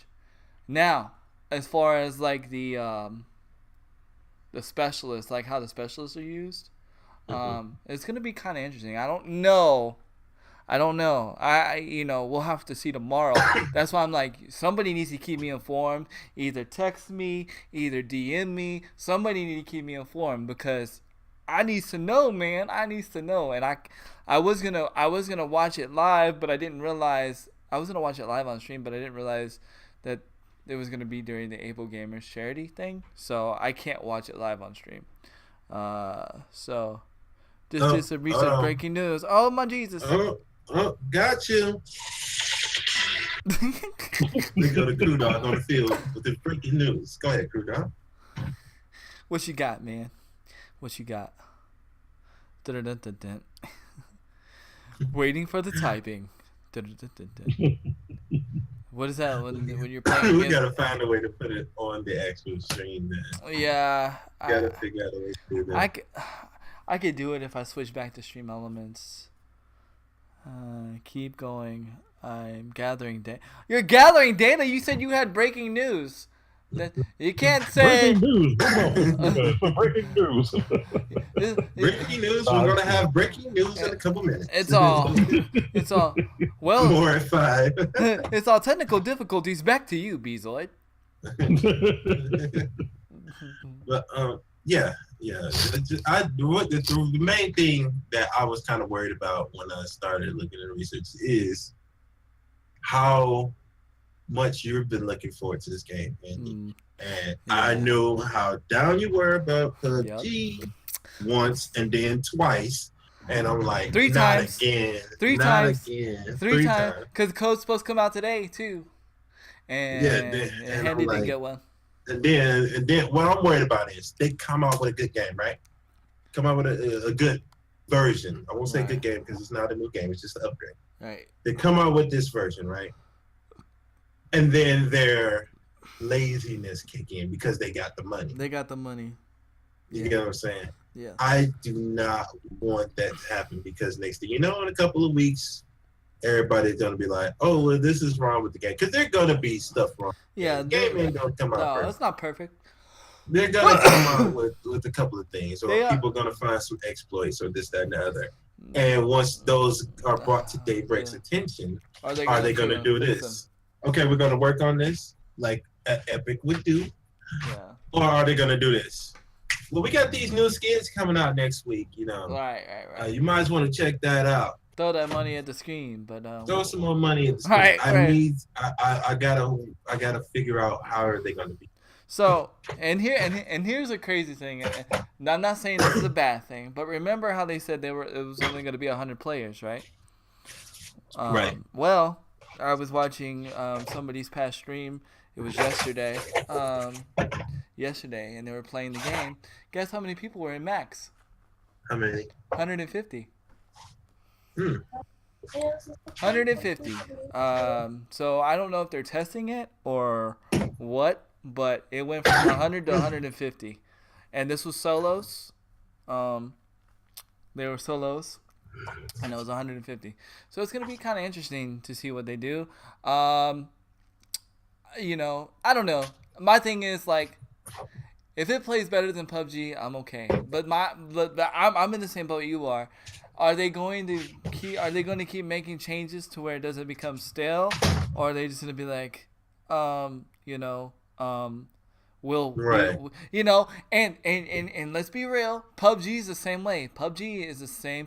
PUBG is so behind on console, right now, that it's like I don't even look for the update. I don't even watch the update videos no more.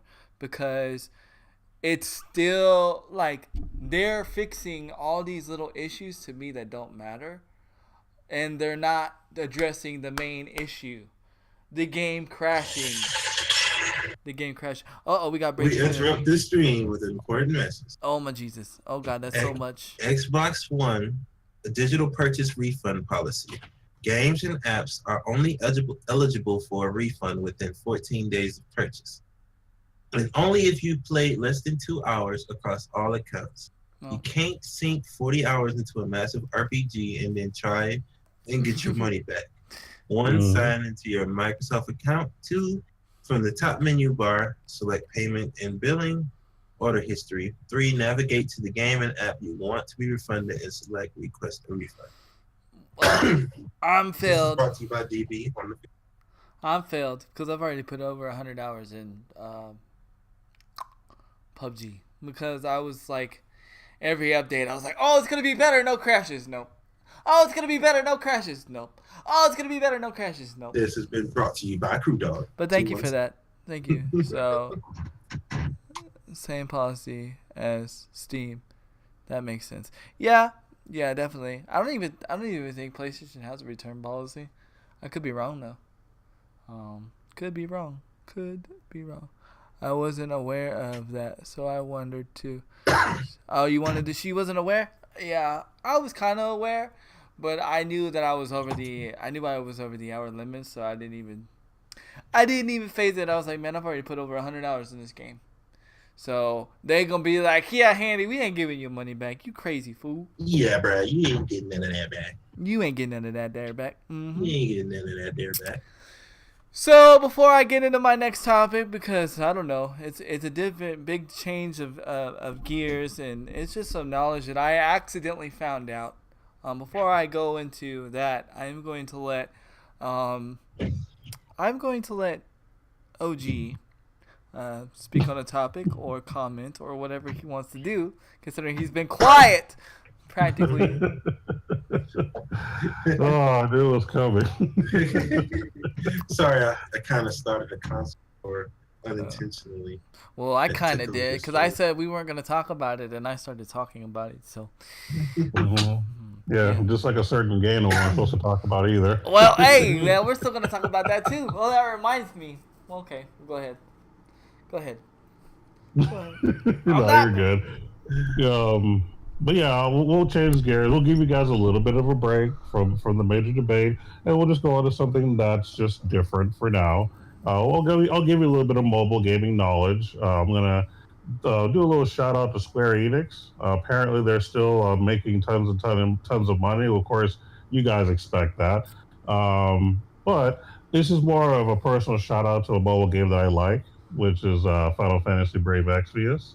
Apparently, because of that and two other games, they are just rolling in the dough in the mobile gaming industry. And it actually they started to lose money for a bit. So, for example, it says that Final Fantasy Brave Exvius and Hoshido Dragon Quest helped Square Enix grow profits 22% year on year to about $348 million in the fiscal year ending March 31st of this year. So they've been, making them top dollar. Now, because of a lot of the new games that have been dropping off for different consoles, revenues, believe it or not, took a slight knock and decreased by about 2.5%. However, apparently, even though people are playing all these new games, they're still coming back to it. So profits have gotten back up by another 3.8%. So they are just making top dollars. I mean, now the revenues dipped, and it took about, looks like 1.7 additional billion dollars now is where they're at. I guess these microtransactions from these games from Square Enix on mobile are just making them billions of dollars in just a few months, which is ridiculous. And part of the reason is they're shouting them out because Final Fantasy, Dragon Quest, and also Kingdom Hearts Union X, which I didn't know was a mobile thing. I'll have to look it up. I played that. I'm gonna have to look that up. I played it. Oh, okay. Yeah, they were given nods again from Square Enix for strong global performance because apparently they know how to update their games, not to throw any other things under the bus. And according to the company, the collections of titles saw an increase of royalty income, which pushed both revenues and profits. So basically, these games are coming out with new content, good updates. People are still willing to play, and they're still willing to throw their money at the screen. And when you are able to constantly make good updates, that the results show in the money. That's basically what it boils down to. It's Epic So all Games. this talking of Yeah, exactly. Y'all been talking about some of the issues that the other games are having. Right. This is an example of why you need to fix the problems because here Square Enix is like, yeah, we're going to fix all our problems and we're going to make the games better and better, and people are going to end up keep spending money because they still enjoy playing the game. There's new content, there's no crashes, there's very little bugs, and yeah, we want to keep playing. So shout outs to Square Enix for doing the right thing. Apparently, they know how to make money and make their games worth playing. Well, I mean, Wow. I speaking. was actually gonna say that, Crew Dog, but I was letting OG Crunch to finish. What did he say? Sorry, go ahead. DB came with a thing here. PlayStation facts: there are no refund policy on Sony PlayStation Network in the North America region on their digital purchase. And he was saying PlayStation is so great as a sarcasm remark. And then Crew Dog came false. PS4 return policy: games, DLC add-on. After purchasing this type of content through PlayStation Store, you have 14 days to purchase the request a refund to your PSN wallet. If you have started or to download or stream the purchased content, you will not be eligible for a refund unless the content is faulty. So, yeah, I knew about that because a friend of mine daughter bought something and they refunded my friend their money back. So yeah, you can get that. Dun dun dun. Uh-oh. Dang. Crew Dog with the burn. No, I'm just kidding. But thank you guys for the facts and all the facts and stuff. So dang. So suck it, DB Jack said.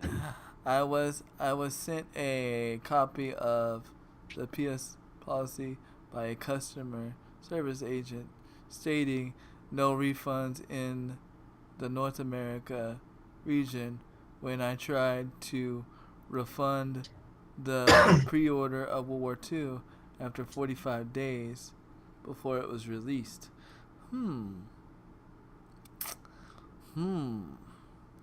Well, we have one person that got a refund. We have one person that says it can happen and one person that says it can't happen. Maybe not with a pre-order. Yeah, it might be because it's a pre-order. That might be a little bit different. Even though you should still get a refund if it's a pre-order, in my opinion. Yeah.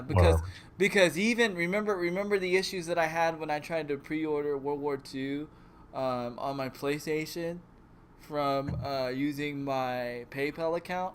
PlayStation's very finicky and weird when you pre-order games.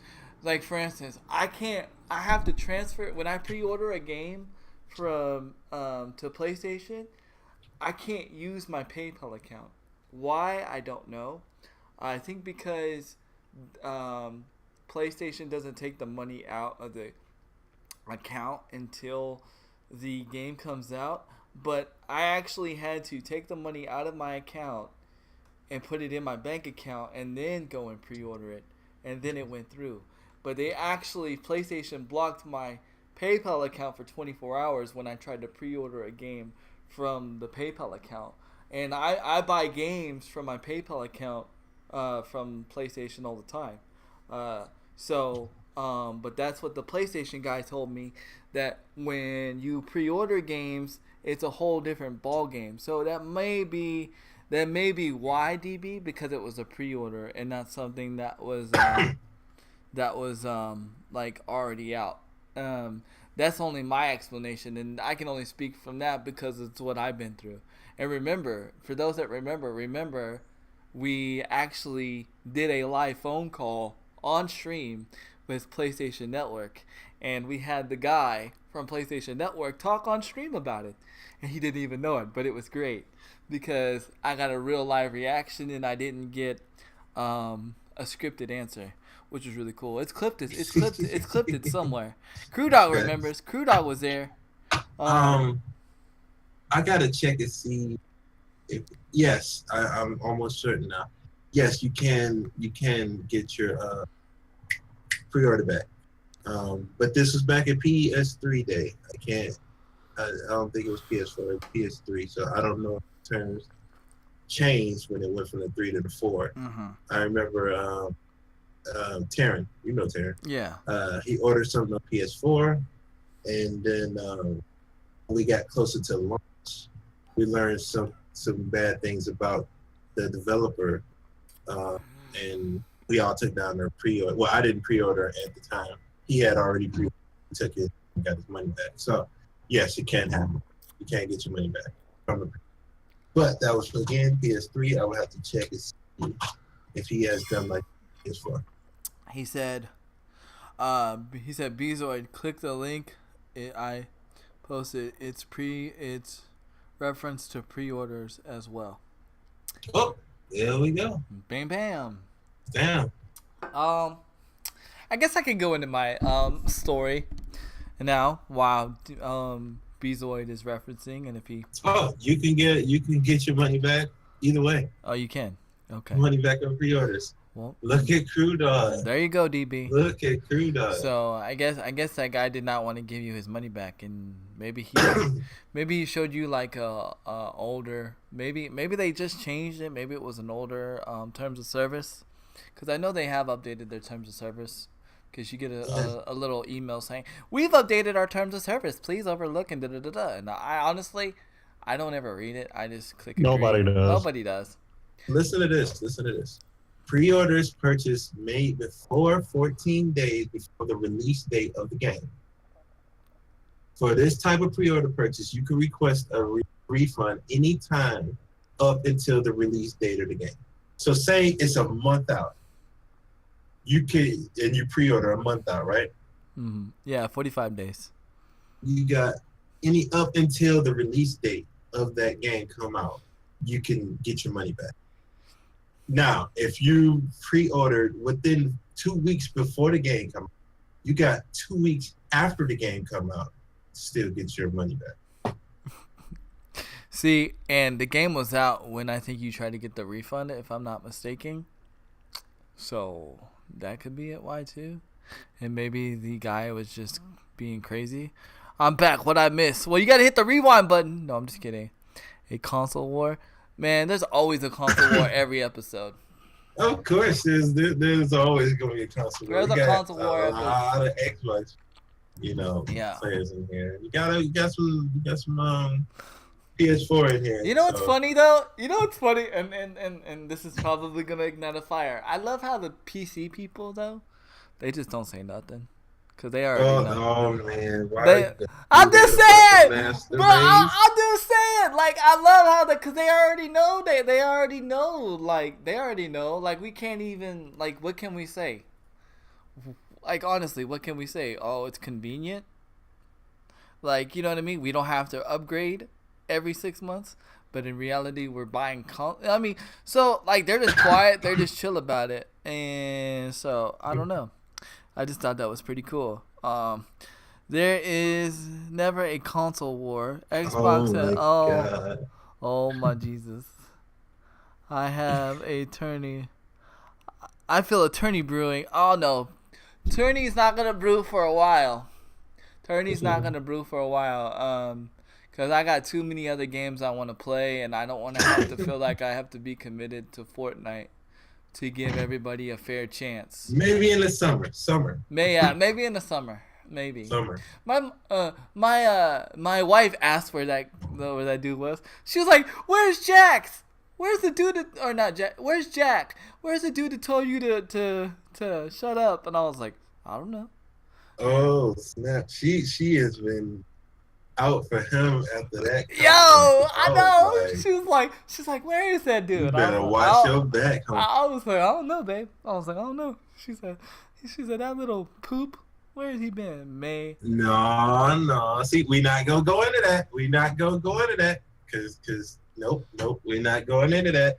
That's not the reason though. But we're not going into that. May you take over? I mean, if you take over, you got to do your own rules. Like, you can't do what I do. Like you got to do your own thing. Like, you can't copy me. You know what I mean? And if that's the case, then I just won't bring it back, because then there's no reason to have 2 tournaments. But I'm fine with that, though. I'm fine with that. Like, I personally, like, but just know, like, we probably won't. I I probably won't participate in it, just because I'm gonna be focused on doing other things. So like, if you do it, don't expect me to participate, and don't feel offended if I don't participate in it, because I probably won't. Oh, can I answer that question? Can I answer that question? What was the question? Mirage Leonardo 84 asked the question: what anime series would you like to see become a video game? You would have. You know to what? I'm gonna ask OG, even though I already got an answer. You guys I would like to answer hear that. OG's answer. You guys would have to answer that. I can't answer that. I don't watch anime. Oh, wow. I've watched a lot of anime in my life. And you want me to pick one? Oh, that should be a video game. Now, I'm going to make a rule here. We cannot use anime that is an anime based on being trapped in a video game. I'm going to make that rule right now. Okay, I'm with that. Okay, because that's just redundant, really, in my opinion. Wait. So, it's one I would like to see. I'm just going to okay. Batum. But other than that, I give it Zach. Batum. Oh, so you seen Batum? Yeah, that was pretty legit. That was so good. Go ahead. Yeah, it was. It doesn't get enough love. Everybody likes Sword Online for some reason. But anyway, let's see. An anime that I want to see into a video game. Oh God. You know what? I think I'm gonna go left field. Okay. I'm gonna find and I'm gonna shout out an anime that I've been watching now that I like that you wouldn't see in a video game because you don't see games like this. I'm gonna say Shokugeki no Soma, which is Food Wars. Basically, cooking battles. Basically, like kind of like a Iron Chef kind of a thing. No, I'm not talking about you, Jax. It's another Jack. That is one of Miss Beezy's favorites. She loves such a good anime. She loves such a good anime. Oh yeah. So I'd like to see that just because it would be different. It's not what you would expect of all the other action-packed fighting and all this other stuff.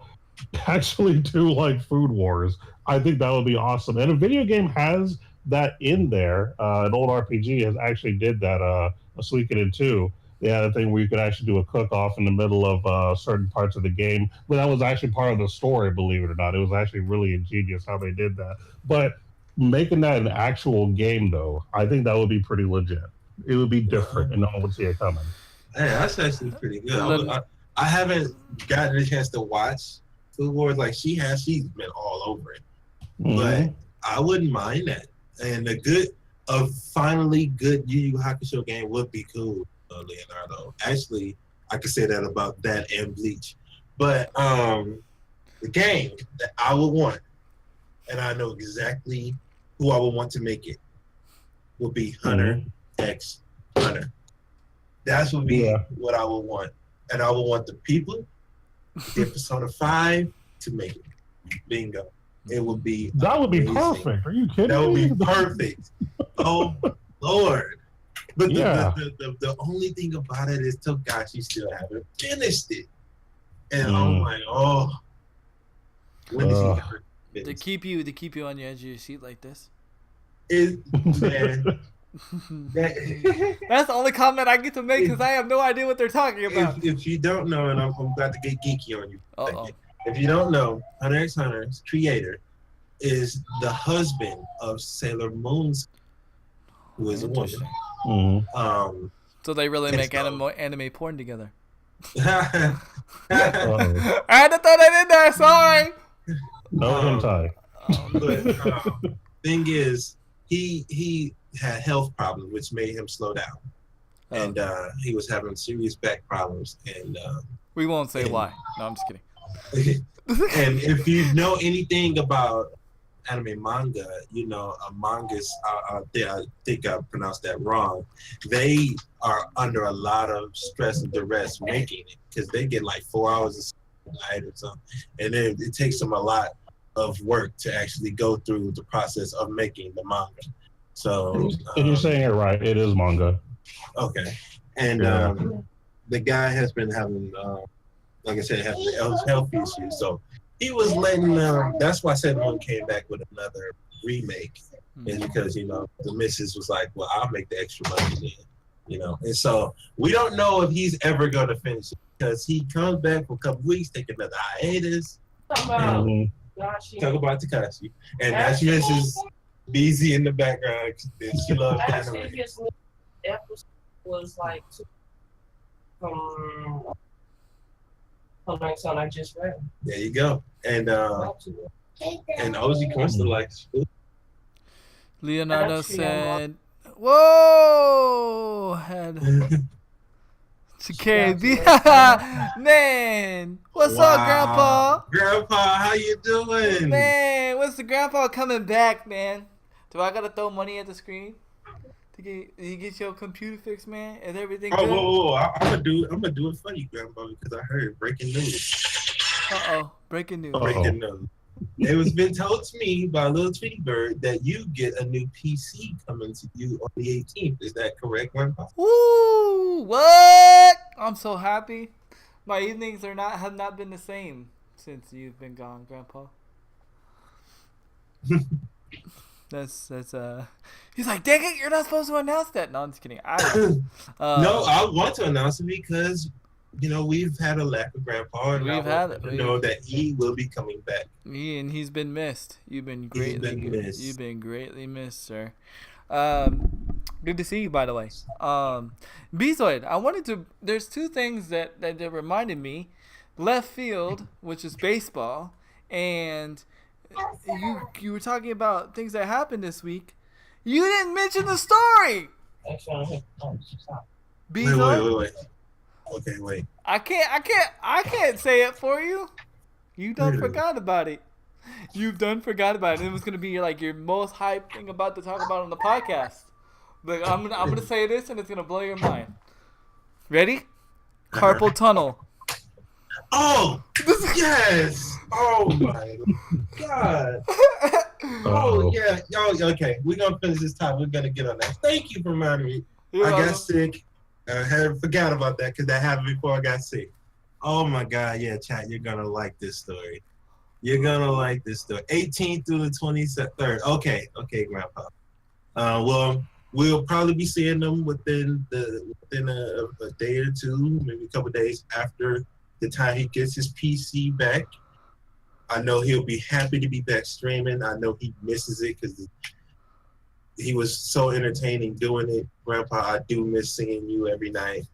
And the ladies' night on Thursdays, all the crazy antics that happen. Oh, I can't wait till you come back. Hot dogs. That's all I gotta say is hot dogs. That's all I gotta say, hot dogs. Anybody that watches Grandpa stream, you know about the hot dogs. And now Magic Up getting into this? Oh God, let me do it again. Well, Magic Up, you welcome, Grandpa. Magic Up, he has breaking news on the field again. I don't think he said he don't know what it is. I knew he was gonna say that. I was like, come on, man. The duck hype thing for that. That's not hype. That's not hype. He saw breaking news. My Overwatch is updating. Okay. Yeah, that's false news. That's Fox News for that. You can go to Fox News for Fox News. You can go hang out over at Fox. But yeah, Handy is not Fox News. Not hot dogs. My stomach is. I can't do hot dogs either. But everybody knows about the funny moment that happened at. Yes, frozen hot dogs. Exactly. Everybody knows about the funny frozen hot dogs in Grandpa's stream. But not in his stream, but was talked about. There's a breaking news. Free weekend for Overwatch on the 25th. There you go. That's some news for people who haven't tried Overwatch and would like to give it a try. You know, can play it for free. That's something that Overwatch has been doing since day one, and I gotta give them a shout out, man. They always giving free weekends to the people to give them a chance to play it. So you know who else does that? Who else? Final Fantasy 14. Yeah, very true. Yo, Miss Shasta with that 6 viewer rate. Let's go, man. Y'all making it so lit today. I love you guys so much, man. Much appreciated. Much appreciated. But as we close on that topic, I'm gonna let Bezoid. You got to talk about this now, man. I gotta talk about this now because not only and it brings back because I probably should have picked up on it when you were saying you didn't want to talk about it earlier. Mm-hmm. But we're gonna talk about some Fortnite right now. Yes. Apparently, and this is real. You can go look this up. Look this up. And I don't understand how everybody who's a gamer in here is going to be like, "Are you serious?" Now, I was listening to my sports station, which is what I listen to in the car. I don't listen to the radio station because they play the same music, so I'm either listening to Spotify or the Sports Network. Right. Now, on the sports station, which brings this story into gaming, apparently there's a picture. I can't remember the team we played for. Is it Kansas City? It might have been. I don't remember. I don't think you ever told me the team. To be honest, I can look up the team to make sure. But there's a pitcher who actually had to miss his start because he developed carpal tunnel. Right?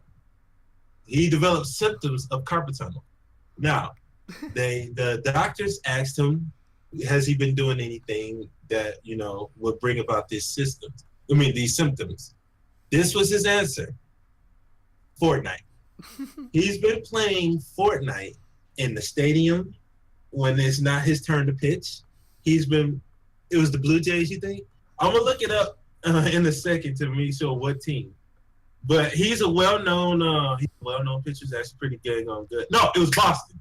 It was the Red Sox. Yeah. It was Boston. I could get his name in a second.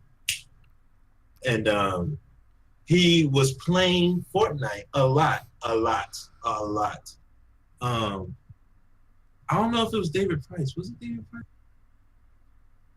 You want to make me go look, DB. But he was playing too much Fortnite, and it developed carpal tunnel in his throwing hand. And now he can't play and is on the injured reserve because of Fortnite. He said that he became addicted. And after finding this out, they questioned the team, and then the teams have been learning that it's been multiple people who's been addicted to Fortnite. So it's not just Drake. It's basketball players, it's baseball players, it's everybody's actors, musicians, everybody has been caught up in the Fortnite madness. That's crazy. And it's crazy to hear that a guy got carpal tunnel, a pitcher, from playing Fortnite in the stadium while the other team is while his team is batting and it's not his turn to pitch. He's playing in the dugout. Wow. That's awesome. That's crazy. I'm about to go look it up. The only game, and now it's safe to say, I think it's safe to say that this is the only game in history that's been able to do that. Okay, so it is David Price, and don't let it was him who said it was because of Fortnite, and this is crazy. That'd be funny, right? It's like how like they show the injury reserve list when like they're playing the game. It says because of the reason playing Fortnite. That'd be hilarious, dude. That'd be so hilarious. But yeah, and so basically, I mean, Fortnite has gotten to that level. I don't think I've known any game to get to that level, like that. Or maybe not openly admit it. Maybe there has been games that like gone to that level, but not openly admitted like that. That's right. That's phenomenal. The first thing I thought of was, wouldn't you not say I played Fortnite to get? Dude.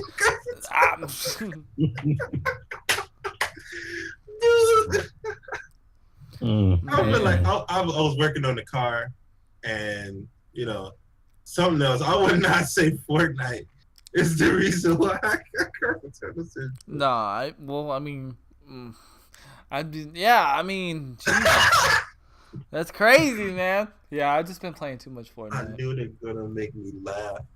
DB said, I bet it's because he's using the standard controller setup new. Hey, Uh-oh. I use the standard setup controller. What do you? Oh, no, never mind. I know what you mean now. Rip. I know what you mean. I use freaking Builder Pro. Yeah, I know what you mean. I think you meant standard controller in general. I'm like, I ain't got no Xbox Elite controller or PlayStation Elite controller. But yeah, man, that's crazy. And the coolest thing, and you didn't even tell the other cool part, bro. You got to tell the other cool part, man.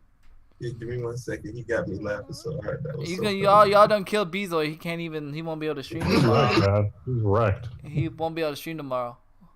Somebody gotta take his place. That one was so No, funny. I'm just I'm kidding. sorry. He cut the standard setup. Well, the good thing that happened about this is, oh god, and I'm glad you're here, Grandpa, because I actually got to talk about you on the radio station, the sports station that I was actually listening to was asking the people, because they don't play Fortnite, and they was asking, why is this game so popular that a pitcher would get carpal tunnel playing it in the dugout. And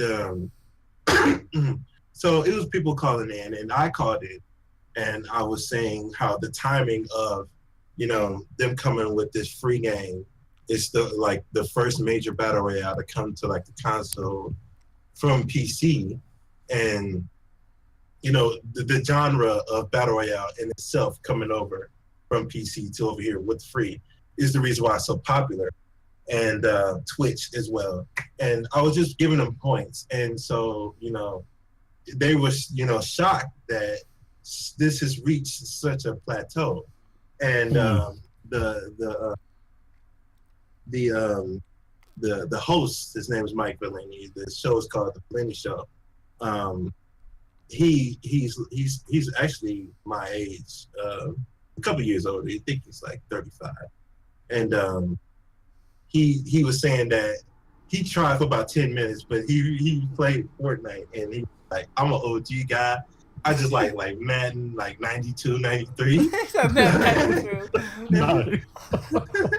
And he was like, I tried to play Fortnite, damn near had a seizure, because all the buildings that was just coming up out of nowhere from people building. He was like, I just couldn't take it. I was like, well, I have a streamer that I watch, Grandpa, who's 58 years old. He can get in and go from not being good to being good, the good player that he is now. You can try just give it some more time. Well, I got to like I said, I got to talk about him, and then I actually got to talk about Handy, and gave him a shout out on it as well. And then they actually let me promote on the show my own channel, which is freaking dope. Which was so dope. I thought that was so hype, because of all the information I was giving them that made sense. They actually let me promote on radio, actual radio. That was hype. That was right before I got sick. Like, I was like, and I can't believe I almost forgot. Thank you, Handy. I wouldn't even thought about it if you didn't bring it up. I was like, man, where is it at? Because I was waiting for it. I was like, man, this is gonna be like one of the hypest points of the show. Considering, and I was like, man, and then I was like, all right, well, I guess I got to be the one to rejuvenate his brain. So there you go. Shout out to the 97 The Ticket, Mike Bellini show. Yeah, definitely appreciate it. They're awesome. That's freaking awesome. But that story is hilarious, and that joke is gonna be with me for the rest of the day. I don't think I'm gonna forget that joke. How'd you get carpal tunnel? Oh, playing Fortnite. Playing Fortnite. Coach, I can't play in the World Series because I was playing too much Fortnite. The memes are coming. The memes are coming. Oh man, bro! Oh my God! Like, man, that just puts Fortnite on a whole other level. I mean, the government's going to be right on top of this, though. This could end up being bad news. I'm going to be honest with you. We need to ban Fortnite because it's causing our world athletes to get tendonitis and carpal tunnel. This is bad for our insurance policies. So. Yeah, because apparently, afterwards, David Price said, "I'm not going to play Fortnite anymore like that." You know, and then a couple of other professional sports athletes said that they've been obsessed with it and they're trying to get it out their system. And I'm like, wow, this really like this? We're gamers and not going this far. You guys, For real.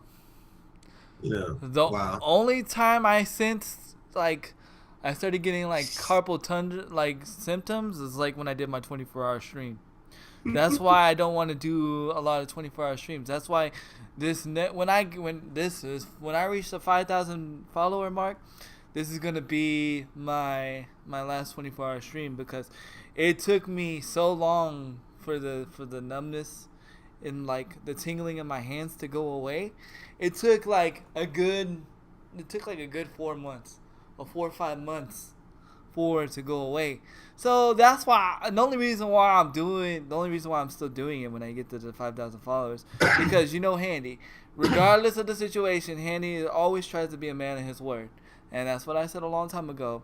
My next 24-hour stream is going to be when I reach 5,000 followers.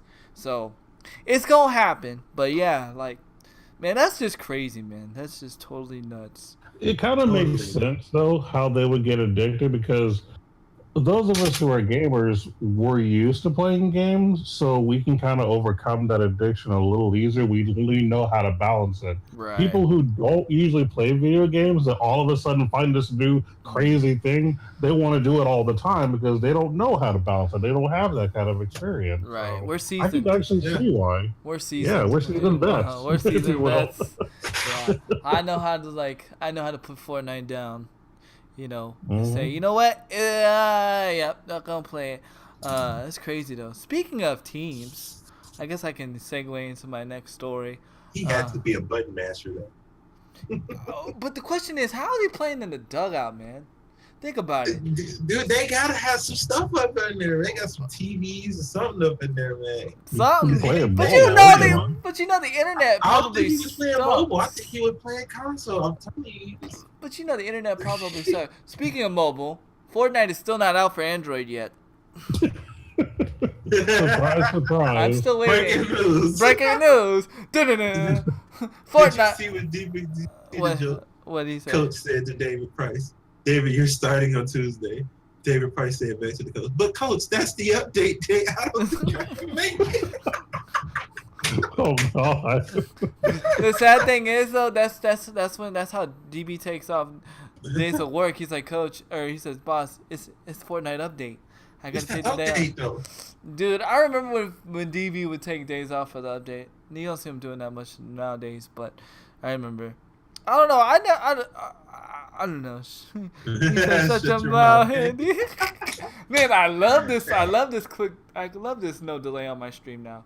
Price, you're up. But they just took out rocket launchers.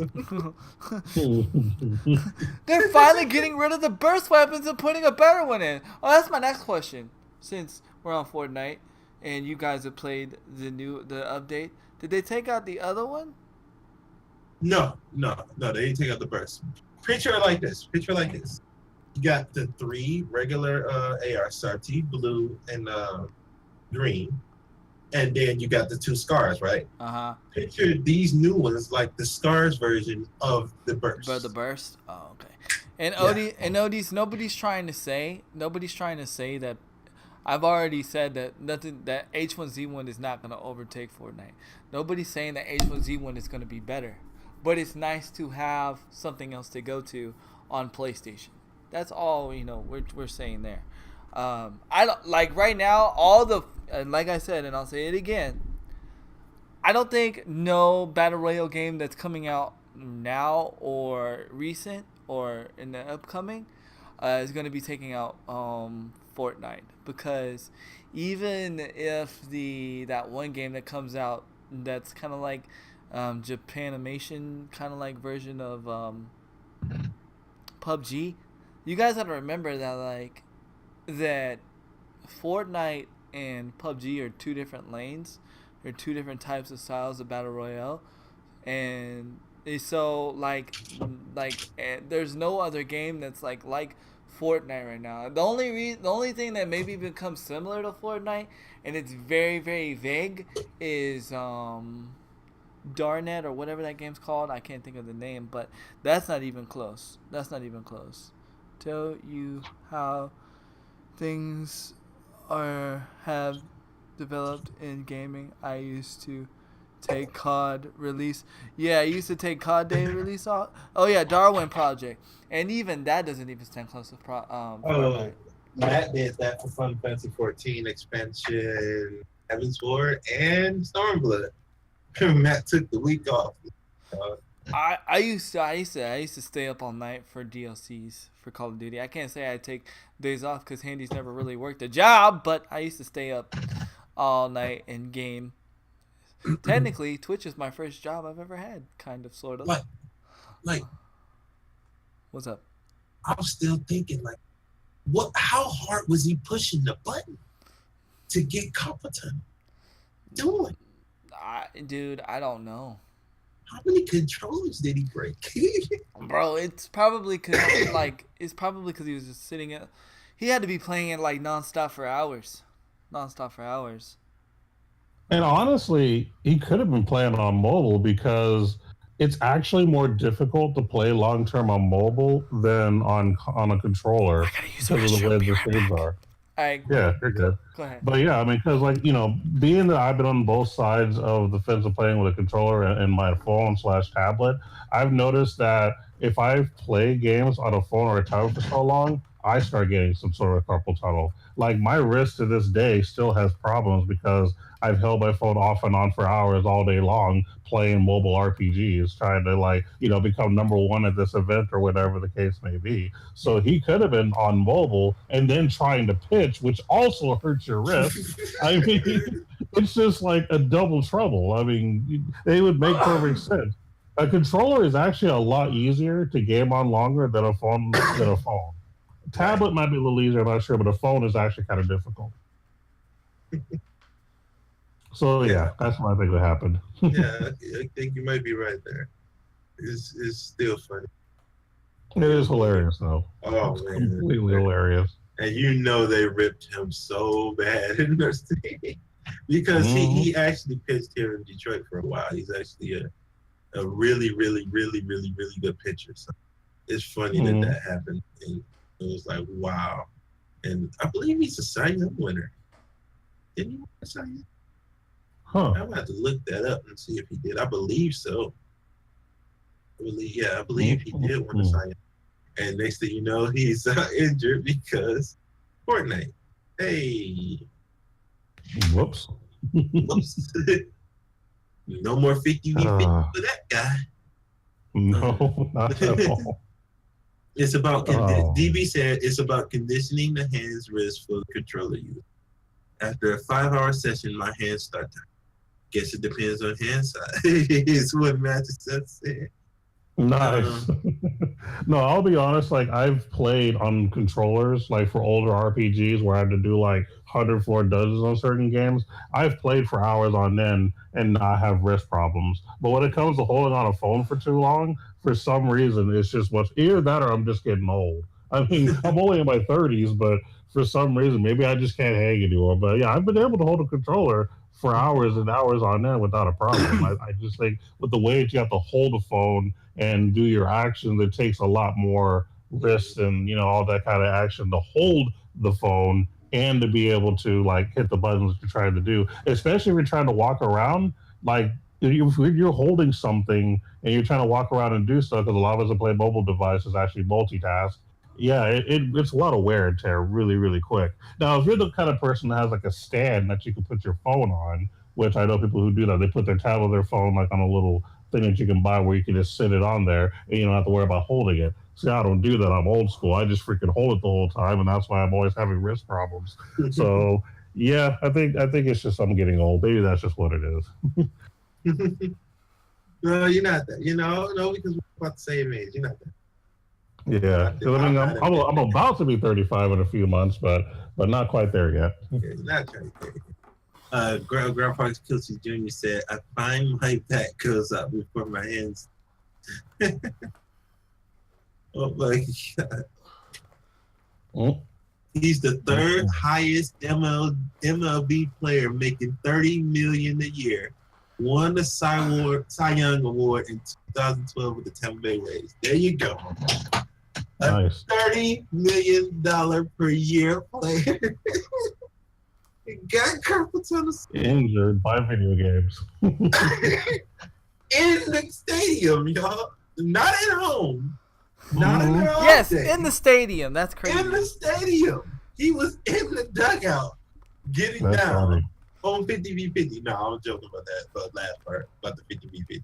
But he was getting down in the stadium in the dugout. He was getting down in the DMs. Fortnite And DMs. he's not alone. It's a bunch of sports players that are addicted. Yeah. It's all. What are you gonna do after you retire? Oh, I'm gonna become a pro Fortnite player. You know, I'm gonna be a Fortnite player. I All right. spent a lot of time practicing. All right, now that you're back, we can go to your next topic. Okay. there. Speaking of teams, go ahead. Speaking of teams, a lot of people. Well, I always wondered a lot of because Stoudemire 23, who's a streamer that everybody knows pretty much in this room.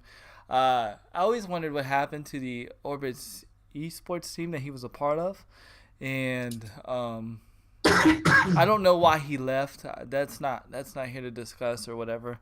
Maybe we'll bring him on the show one day and he could discuss whatever. But I always wondered what happened to the team itself, and I was randomly wondering what happened, and I was looking at other videos about Red Reserve, because of a lot of people, if you don't know, the constant side of Red Reserve is actually breaking up. The whole house is fell apart or whatever. It's just all over my feed because I follow Optic, and I was like, oh, maybe I'll check it out. It's just good knowledge to have, right?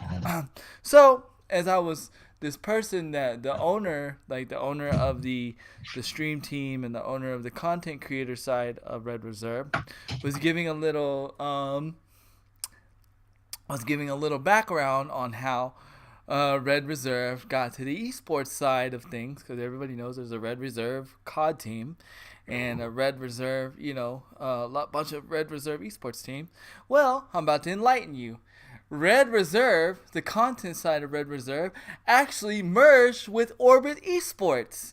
And so Orbit Esports became Red Reserve. And this is what happened to Orbit Esports. And I thought that was pretty interesting. The content side of Orbit Esports is practically no more, but Red Reserve is practically Orbit Esports. And I don't know, I just thought that to be interesting on how that happened, because I always just wondered what happened to Orbit Esports and how that came about. I don't know if Stoudemire maybe got offered, maybe he didn't get offered, maybe he got released, but I just thought that was curious, and it's just funny. And the reason why there's a lot of drama going on with Red Reserve kind of right now also, then I'll bring in some more enlightenment. And from what I understand, from an opinion side of standpoint, this is not fact, from an opinion side of standpoint, the Red Reserve esports team was kind of doing some shady business as far as when it came to not Octane, the one that's an Optic, but the other one. What's the other one? I can't think of his name. The other new guy. They were supposed to. Okay, so basically, TK was supposed to get that person, which is Team Caliber. Team Caliber was supposed to get that person, and they already made a contract with TK and said, you can have this person, and TK said, okay, cool. Well, not knowing, Optic made a deal or made a bid towards this person, and Optic, I guess, gave them the better deal, and so Red Reserve was like, well, Methods, there you go. We're gonna take the more money. We're gonna take the money, and so we want Methods. And then Red Reserve was like, well, or TK was like, well, that's crazy because we already made a contract. Well, what happened is Red Reserve, the content side of Red Reserve, actually merged with Orbit Esports. And so Orbit Esports became Red Reserve. And the reason why there's a lot of drama going on right now, there's a lot of drama going on with Red Reserve, kind of right now also, then I'll bring in some more enlightenment. And from an opinion side of standpoint, this is not fact, from an opinion side of standpoint, the content side of Red Reserve was supposed to get that person, which is Team Caliber. Team Caliber was supposed to get that person, but TK and Optic ended up talking, and basically one ended up buying out the contract and methods and so forth. Well, apparently, was been coming forth is Red Reserve is doing shady business, so a lot of people don't want to be a part of that. Again, that's opinionated. That's not here to say fact. That's not here to say fact. But and I really wasn't gonna bring it up, but I just thought it was really interesting that that they were actually part of Orbit's esports, or they were once Orbit esports, and Stoudemire was a part of that. And I just thought, I was like, wow, that kind of hits home. I was like, that's pretty freaking crazy. So that's just a little bit of esports knowledge that I wanted to give, and maybe we can give some opinions or a thought on that. Or not on the methods transaction, because whatever, we don't really know nothing about that. But I just thought maybe that's just like crazy, like how, I don't know, it's just crazy how like that happens sometimes, how mergers happen. I didn't even know mergers like that could happen, so forth in esports. I didn't know that. I didn't know you could like, yeah, it's really crazy. I wonder, and it just makes me wonder. I wonder what happened. I wonder what happened with Stoudemire with that situation. Makes you wonder. We need you for an interview, Stoudemire. I know you stream. Stoudemire, we need you. We need you. Fine. I'm just curious. Not that it's something serious. I'm just curious, like curiosity. We're gonna have him later on 60 Minutes. Yeah, right. This is it. So yeah, I just thought it was pretty interesting. Kind of crazy, and to think about it. At that time, I'm like, imagine if Stoudemire would have stayed. He could have been on the Red Reserve COD team, because Stoudemire is pretty good at Call of Duty, and it's just like, man, could you imagine Stoudemire on a pro team? Would have been pretty crazy, man. Pretty crazy, pretty crazy. But he just loved to have fun. But I just thought that was pretty interesting. It is interesting because you're learning how the industry works, and they're doing different things that you wouldn't expect. And it's probably not one of those things anyone ever made obvious either. Right? Yeah. I would have never. I thought they just went under or something happened. I would have never thought they merged, and they're the reason why Red Reserve is an esports team. They gave Red Reserve the I guess the simple way to put it, they gave Red Reserve the esports knowledge, to get them in the door. So that's kind of cool. That's really kind of cool. It just lets you know that, I mean, anything can happen. You just got to stay optimistic, as I always like to say. And here's a funny fact about me. When I first learned about Optic, and I didn't know what Optic was, like I just heard Optic. I thought Optic was short for optimistic. When I was like young, I was like, man, they're really optimistic, and I was like, and then I really learned, and I was like, oh, well, I think optimistic would have been better, but hey, whatever, it is what it is. But I really thought optics stand for being optimistic. But yeah, so that's pretty crazy, pretty cool. A little other tip I want to bring in, since we're talking about teams and money and everything. Me and Bezoid found out something pretty crazy. And there was another thing that Bezoid didn't mention in the interview that he had over at the station. Ninja is making over $500K. Yeah, that was was a month, right? We were all thinking that he was making $500K a month. No, according to CNN, he makes $500K a week. A week. That is ridiculous. That is almost pro football star. That's almost pro football star level right there. That's like low grade, I would think, right? If you would think. Yeah, it's kind of low grade because like somebody like Miguel Cabrera makes $300K up at bat. What was it, 30? I think it's 50,000 at bat. Every at bat he makes 50,000. God dog. That's ridiculous. But yeah, it's still good. Yeah, $26 million a year. Jeez, man. Jeez, I don't even know what I would do with that money. I say like I would do all these things, but I honestly, I mean, you don't know until you're in that situation. But I mean, I would give a lot away. I would want to feed like a lot of people and help out my community and stuff. I mean, course. I mean, but again, you know, we don't know. I know he's probably paying a lot more in taxes. You know, shoot. Dude, when I heard that was news. I didn't even. I thought he was making that like a month, but no. What do you think about the outage about him not cussing during his streams anymore? Dude, I'm all about that. That's handy 101. To me personally, I feel like that's what it takes. I've always been about that. You know, and no disrespect to you guys, the only reason why I have my channel in the mature area is because I don't want people that I talk with to feel like they can't be themselves. And I know a lot of people that I play with, they have a more vulgar mouth than I do. And so I just stay there. I've always been about like not cussing. Because of Crew Dog, yes, and others. And you know, I mean, I'm strongly for that. Because here's the thing, right?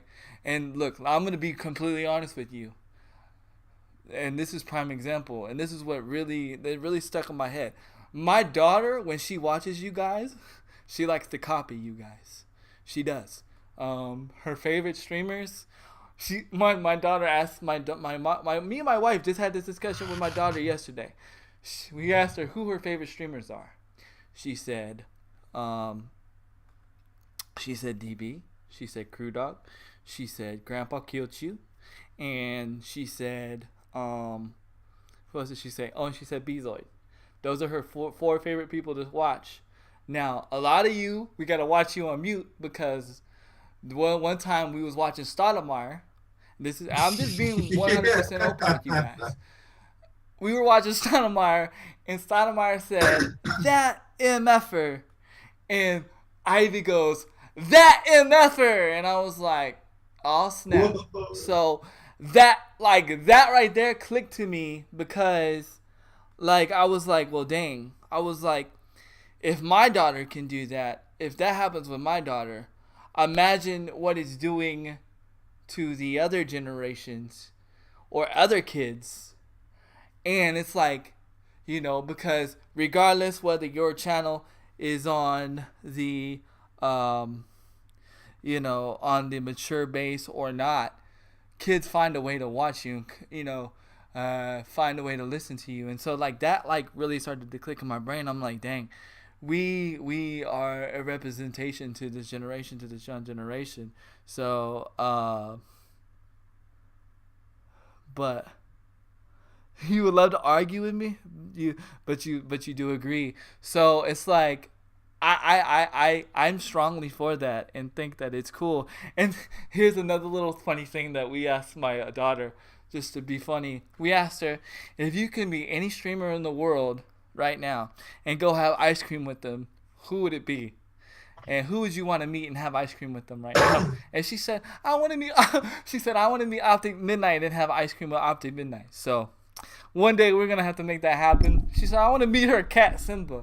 So, like, that's, you know, and so, like, I use my daughter as an example for, you know, other generations and other kids. And it's just like, you know, like, we have to hold ourselves to better standards, because I always say this. I always say this. You never know who's watching, and you never know who you're influencing. And so, you know, it's up to us. Well, at least this is how I hold myself. It's up to me to be the best version of myself and to be the, you know, a positive influence, at least on my channel. You know, if that's not what you want to do, more respect to you. That's how you want to be. I'm not knocking you if you do cuss. I'm not knocking you if you say vulgar stuff.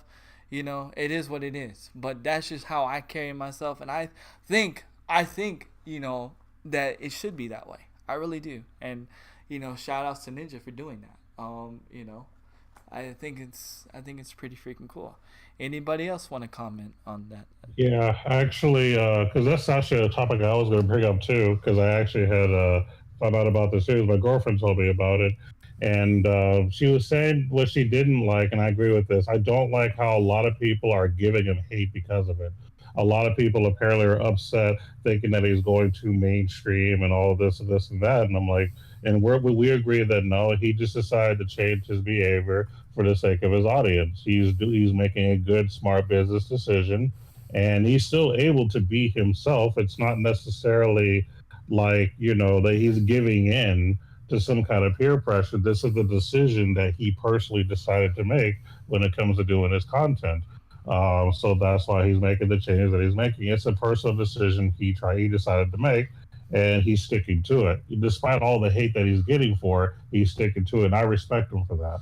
Yeah, no. And I understand that, DB, but you have to understand that the generation, most of the generation that you're going to find in Twitch is not going to be the adult generation. I mean, to some degree, but most of the generation we're fueling, is, the gaming industry is kids, and granted, it is up to the parents, but again, kids do find ways, you know what I'm saying? Like, instance, if my daughter wants something, even though she knows she's not supposed to get it, she's going to find a way to do it. Trust me, kids are kids, man. It's just how it happens. Go ahead. I got to, let me see. Okay, yeah. Now, I will say this. While I definitely agree. I agree with the whole thing y'all saying. The only thing that anybody can say is, what's the larger content, of watcher, how young the kids, the age groups, right. Which is watching more. Kids aren't as watching as much as people are that's in their 20s and, adult older, but they are watching. So you're absolutely right. And that's why I do. And again, you as well, OG. What Ninja has done and decided to do that, more power to him. It's his channel, so whatever he wants to do, I don't mind. I think it's actually kind of noble, for him to do that, and just like Andy says, as well, how people are watching and influence a younger mind. Try to stay away from just being. Ain't nothing wrong with being vulgar. Right. But to hold up to a little bit of a standard of how to talk and that other, I don't mind that at all. But then but I do say this because I gotta listen to them talk, because I used to listen to a lot of the discussions they have, and I'm like, it's kind of borderline. I don't want to. No, I won't. It's not. The word is wrong. Right. And the closest word I could think of is hypocritical. Because if you listen to things they say, you'll be like, that's very vulgar, even if you don't use a cuss word. Right. But that was before he changed. Right. So I got to listen to the type of stuff that they say, because it was, things where he was like, I want to be in you, talking to another guy. And it obviously is jokes, but I got to see, but I would have to sit here and watch another stream of his to see if they still do those type of jokes. Mm-hmm. And if they still do those type of jokes, then it doesn't matter if he's cussing or not. Right. And and I do agree. Sometimes I get vulgar sometimes, but it's not. It's again, I'm still under the mature rating and stuff like that, and so sometimes. It's a chat, we just all have fun. But at the same time, when it comes down to it, like, not only because of me streaming, but it's just who I am, as because I used to be really bad. You can ask OG, man. I used to be really, really, really bad. And with who I am and what I believe, like, God has really made me a different person. A lot of people can say, whatever, they believe what they want. And so not only am I holding myself responsible with the stream, but I'm holding myself responsible for me because I know who I used to be, and I strive every day to be a better person. You know. Hashtag Handy was Yakuza. Huh? Handy was a what? Handy was Yakuza. I'm joking. No, Handy was a lot. Handy was a lot. Yakuza. Handy was a lot. Handy was an underground boss. No, not Handy was Mafia. Handy. Just joking, Handy. Just joking. I can tell you some stories though. I was watching Kill Bill too much. He's a smart guy, and again, I agree with you with his decision, given the status he has achieved and in the business opportunities he's become available for. You know, given his status, he's a smart guy. And you know, and this is what I tell you, and this is why I almost feel like I almost wish it wasn't so easy to stream. You know, I almost wish it wasn't so easy just to pick up and start streaming, because a lot of people just don't understand. A lot of people don't understand the power that comes with streaming. And I always say this, and I keep saying this again. With this power comes great responsibility. You know, and I almost wish that, like, and it's messed up to say, but sometimes this is just my thought process sometimes. So you have to, like, charge my head, don't charge my heart. Sometimes I wish that people that didn't take streaming seriously were held accountable by Twitch. You know, or held accountable or wasn't able to, because it's like sometimes, you know, people cause damage and they don't realize what the damage that they're causing. You know, not only to young children, but to adults, to people. You know, the bullying, the marks, the harsh remarks. Yeah, it's fun. It's funny sometimes, but you don't really know what you're doing to other people. And like I said, and I just feel like some people should be held accountable sometimes. And, you know, again, it might be wrong and whatever. And, you know, people should have this be able to stream sometimes and do what they want, say what they want. But at the same time, with great power comes responsibility.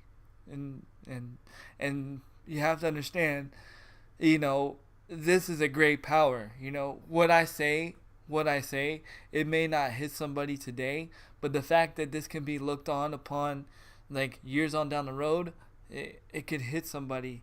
It can impact somebody right now. I don't think it matter of understanding, Henry. I think it still comes down to ethics, to morals and ethics. Yeah. What he's saying is, did Ninja do this for his own reason, or for, like what Madison said, somebody was like, "Here, I give you this money if you don't come." Motive, basically. Was it money motivated? I mean, because he wasn't doing this when he first started. No, he wasn't. And he could have done it when he first started. I don't think somebody offered him money. I think he realized that, hey, if I didn't cuss, I would get more opportunities. You know what I mean? At the end of the day, we really don't know. Then that's still the same thing. Yeah, that's still the same. But at the end of the day, we don't know. It's not our place to say. You know. Yeah, right. At the end of the day, we don't. We really don't know.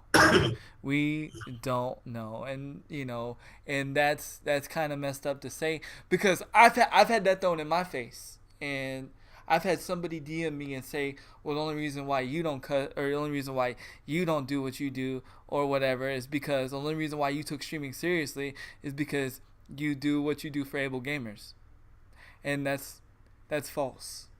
And yeah, but that's you versus. But yeah, but I mean, it's different. It's still the difference, but it's still the same thing, because there's no right for anybody to say why somebody's decided to do what they do. You know what I mean? So you know, they don't know. They really don't know, and just like we don't know what made him change. The difference is, Andy, when you first started, that's how you were. When you first started streaming, that's how you were. Well, you didn't reach the pinnacle and go from as vulgar as they went, and they were pretty vulgar, to go to saying, I'm not gonna cut. It was pretty vulgar. So I'm agreeing with you. I'm hoping that is noble, but I can see where people can come up and say, you know, that's kind of iffy. You get what I'm saying? Right. I'm not saying that he is doing it for that, but I can see how people can bring that up. I can see that too. I've listened to a lot. I know Dr. Lupo, and I know how vulgar the conversation mid playing the game is, and it's very, very, very, very vulgar. It's Like, what did Magic say? He said it's like Bob Saget. it's like Bob Saget coming, yeah, and then him on Full House. It's a big difference. Yeah. Like, it wasn't like he was barely cussing. Then he's like, okay, I'm not gonna. Right. They were vulgar. Yeah. I gotta say I never heard Bob Saget's stand up. I never heard of Bob Saget stand up until after like Full House was done, and I was like, whoa! I was like, wow, this is different. Whoa, yeah. I didn't expect it. You know what I mean? But then again, that goes back to my spiritual upbringing, right? To where, you know, I was taught man is always gonna let you down. You know, don't always look up to man, because men are human and they're gonna let you down at some point. Even I'm gonna let you down. You know, so don't look up to me. How dare you let me down, Handy? I put my faith in you. Yeah, you don't. Something You special. know, I know. See, and that's the thing, because there's gonna be a moment. I don't know when it is, but there's gonna be a moment in your life where I'm gonna surprise you and I'm gonna catch you off guard, and you'll be like, "Whoa, Handy," you know what I mean? But then to me, when somebody does that, then that's when God spiritually checks me and is like, well, who did you put your faith in? Did you put your faith in him, or did you put your faith in me? And I'm like, oh, okay, God, you know. But see, that's where my spiritual upbringing comes in, and I don't mean to put that on anybody, but that's just where I'm at, you know. And that's why, you know, I Imagine says, you're letting me down by not getting OW on PC. Well, let me put it to you like this, okay? Let me put it to you like this. The only way Handy's going to get any kind of gaming PC or any kind of gaming is if Handy gets a gaming PC that is not made by a company, because it's very hard for me to get a pre-built PC because I hear all these horror stories. So the only way it's going to happen is if Handy can find a person that will go out and, you know, Handy will, you know, get the money somehow. You know, maybe we'll do a donation drive or something, and I can introduce you where you can get a good PC. And maybe I have somebody make it for me, because I don't trust myself to make a PC because how I fall over and stuff and all these things and stuff like that. And I don't trust pre-built PCs just because I've heard bad stories about iBuyPower and Cyber whatever. Because me and my wife thought about it. They're like, why not just pay a monthly thing and get a PC built for you? And breaking news, oh, you need a PC builder? I mean, shipping would be see, that's what I'm saying though. See, exactly. See, and that's the thing, like, there's all these roadblocks, and I'm like, I'm comfortable with my consoles right now. Breaking news, GB has breaking news. Oh, hold on. And don't say you got a fart or something. Breaking news. Breaking news. Da-da-da. Optic CSGO team just too old. NP Gaming is nice. I should stop teasing you about Overwatch on PC. Don't want you to think I'm serious. No, I know you're not serious, bro. As a person recently gotten PC, mm-hmm. and you know about the stuff I had to go. Mm-hmm. Is don't let people's horror stories distract you. If you really, okay. You know, if you like, I don't got the means by it right now, you know, wait till the future. That's fine. Right. But don't let what other people go through, totally deter you, because right. They might not have done something that you would do, you know, more intelligently. If you get what I'm saying. Yeah. Because my thing is, like, I don't want to get a computer and then it, like, turn around and break, or then I have to, like, turn around and upgrade it. Like, tomorrow, and it's just like So it's like I don't know. It's just crazy. I was lucky enough I had a person who, help me with to assist me because I won't have to upgrade mine for years on end. There you For a go. good long while. There you And so it's just about knowing what product is that you want. I'm honestly shocked that the BO4 reveal is tomorrow, and hasn't been a topic yet. Well, because I mean, what can we talk about? We don't know what's gonna happen. Everything would be talked about would be like speculation or Right, anything. right, Like right. we can ask this type of radio question. What do you guys want, look to see in this Black Ops 4 reveal? That would be more of us what we actually you, and then we give our opinions. Right. That would be more of what the chat would like to see. And that's a straight up radio style. Right. Matter of fact, I'm gonna ask that now. If you want. What would you guys like to see tomorrow in the reveal for Black Ops 4? Are you looking for something that bring you back to the series? Is there a special feature you definitely want in here? What would you guys like to see? Okay, hold on. Let me address DB's comment. First of all, the game is out. Well, the game is not fully out for H1Z1, but there's actually people playing it.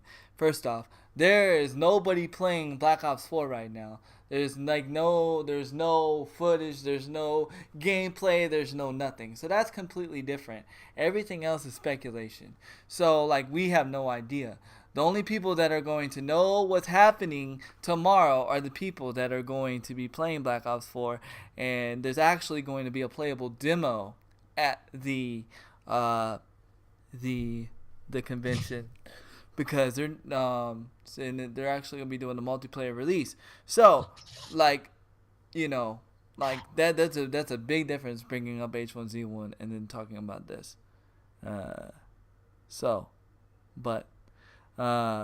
Guess Beastboy did ask a question. What is something you guys want to see in Call of Duty? But see, here's the thing. I feel like we've asked this question so many times. We've talked about this so many times. We have asked that question. We've asked that so many times.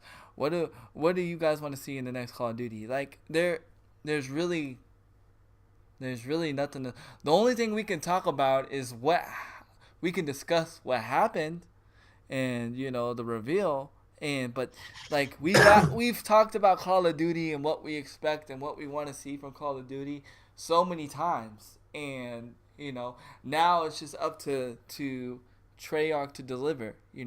Like we don't like. I honestly feel like the Battle Royale is not going to do as great because people don't go to Call of Duty for Battle Royale. But then again, I could be wrong. You would like to see the hype is actually what we get when we play, like Black Ops 2. Black Ops 2, Black Ops. I think. Go ahead. I get what he's saying. He's saying the hype that we get for it, like right before the game comes out. Yeah. He would like to see that the game lives up to it. That it won't just be the hype before we get it, because everybody was hyped for boots on the ground. Next thing you know, we get to playing it, and then it's not living up to that hype. That first day or so, everybody was on it, but never fully lived up to the hype that everybody wanted. That's what yeah. I don't know if I honestly I don't know if it could happen. I don't know if it can happen because if they make the right game, they can. They can, but I look at it like this, right? I don't think it's going to be like, look at it like this. I think everybody's skeptical, so I feel like even if it is a great game, like people will be hyped after once it comes out, and they know that it's a great game. Then everybody's going to be hyped and crazy. But I don't think it's going to be that build up hype, because we've been let down by Call of Duty so much. I don't know. And of course I'm gonna buy it. Of course you're gonna buy it. Of course DB's gonna buy it. Of course Crew Dog's gonna buy it. But at the same time, we're still gonna have that that thing in the back of our mind. Okay, well, it could happen. Call of Duty could let us down, and that's where I'm at. I'm happy. I'm excited. I'm ready for Call of Duty. I want to start streaming Call of Duty nonstop again and love Call of Duty because honestly, Battle Royale, it's fun to stream. It's cool, but to me, I'm thinking of it like this. Like if I had to do a 24-hour stream, say for instance, if I had to do a 24-hour stream, right, and I had to, say I had 5,000 followers tomorrow, and I had to do a 24-hour stream this weekend, which I can't do anyway. I'm gonna be out of town this weekend. But hypothetically, let's say I did. It would be hard for me to play Fortnite 24 hours, the whole full 24 hours. I was actually able to play IW the full 24 hours. How? I don't know, but I was able to do that. So, I'm ready for Call of Duty to be good. I pre-owned H1Z1 based on handy kill cams. Hype. I try to get through that first. Man, you shouldn't know, man, because I get super hyped, but I thank you for pre-ordering it. But I'm very skeptical because there's one thing that has got me skeptic. They said, forget what you know about Call of Duty. Forget what you know about Call of Duty. So that kind of got me worried because there's some things I like about Call of Duty that I don't want to forget. I mean, do you feel that way, Bezoid? Are there things, do you really want to forget about what you know about Call of Duty? Yeah, what's up there, DJ? What's good? Yeah, there's things I want to forget. But not everything. Namely, no. Let's see, that's the thing. Like, Black Ops is my series, is my favorite series. So yeah. I don't want to forget a lot. I actually love Black Ops 3. I really, really still play that. So, yeah, I was playing. I was playing it the other day. As far as people say, letdowns, that wasn't a letdown to me. I actually enjoyed it. I actually got Dark Matter in it. Hit 10th Prestige and everything. Master Prestige. Yeah. When I say letdown, I don't mean the game. I mean as far as like the upkeep of the game, because there was like there were certain things broken. Maybe not necessarily Black Ops 3. But as far as like World War II, I think, what was the other one that Infinite Warfare. Infinite Warfare, yeah. Yeah. IW. Yeah. See, the last good one in my opinion was Black Ops 3. And now I can actually sit there and say I feel like, because now that I've been playing I feel like, and I said this in Optic Midnight's stream the other day, because she was playing Black Ops 3. I feel like Black Ops 3 was the best jetpack. If Black Ops 3 was the best jetpack, you know what I mean? They did the jetpack mechanic right. You know what I mean? Yeah. As I played, especially the last day I played, we had that Overwatch. Yeah, the Overwatch meltdown. I played and it just felt like perfect chaos. Mm-hmm. Like you just felt like a ninja going around. Mm-hmm. I love that feeling. Yeah. But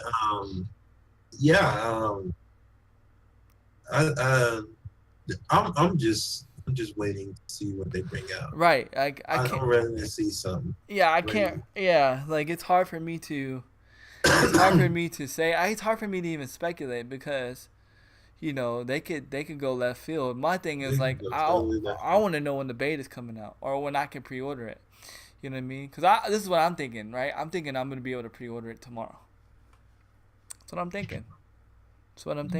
We'll see. That's what I'm thinking. Because think about it, right? They're already going to have a playable multiplayer at the show tomorrow. So that'd be interesting. I have zero expectations, but trust Treyarch to put out a AAA title.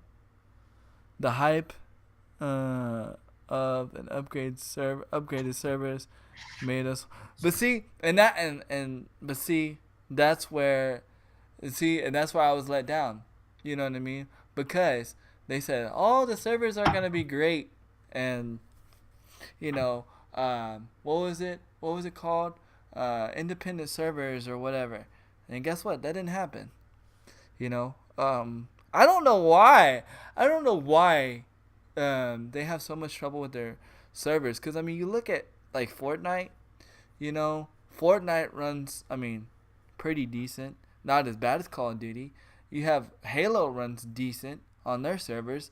All these games that run well on servers, I don't understand. I don't understand how Call of Duty has so much problems on their servers. I just don't understand it. You know, it just makes no sense to me. To me, with all the money that they make, and we were talking about something like lazy developers, right? H1Z1.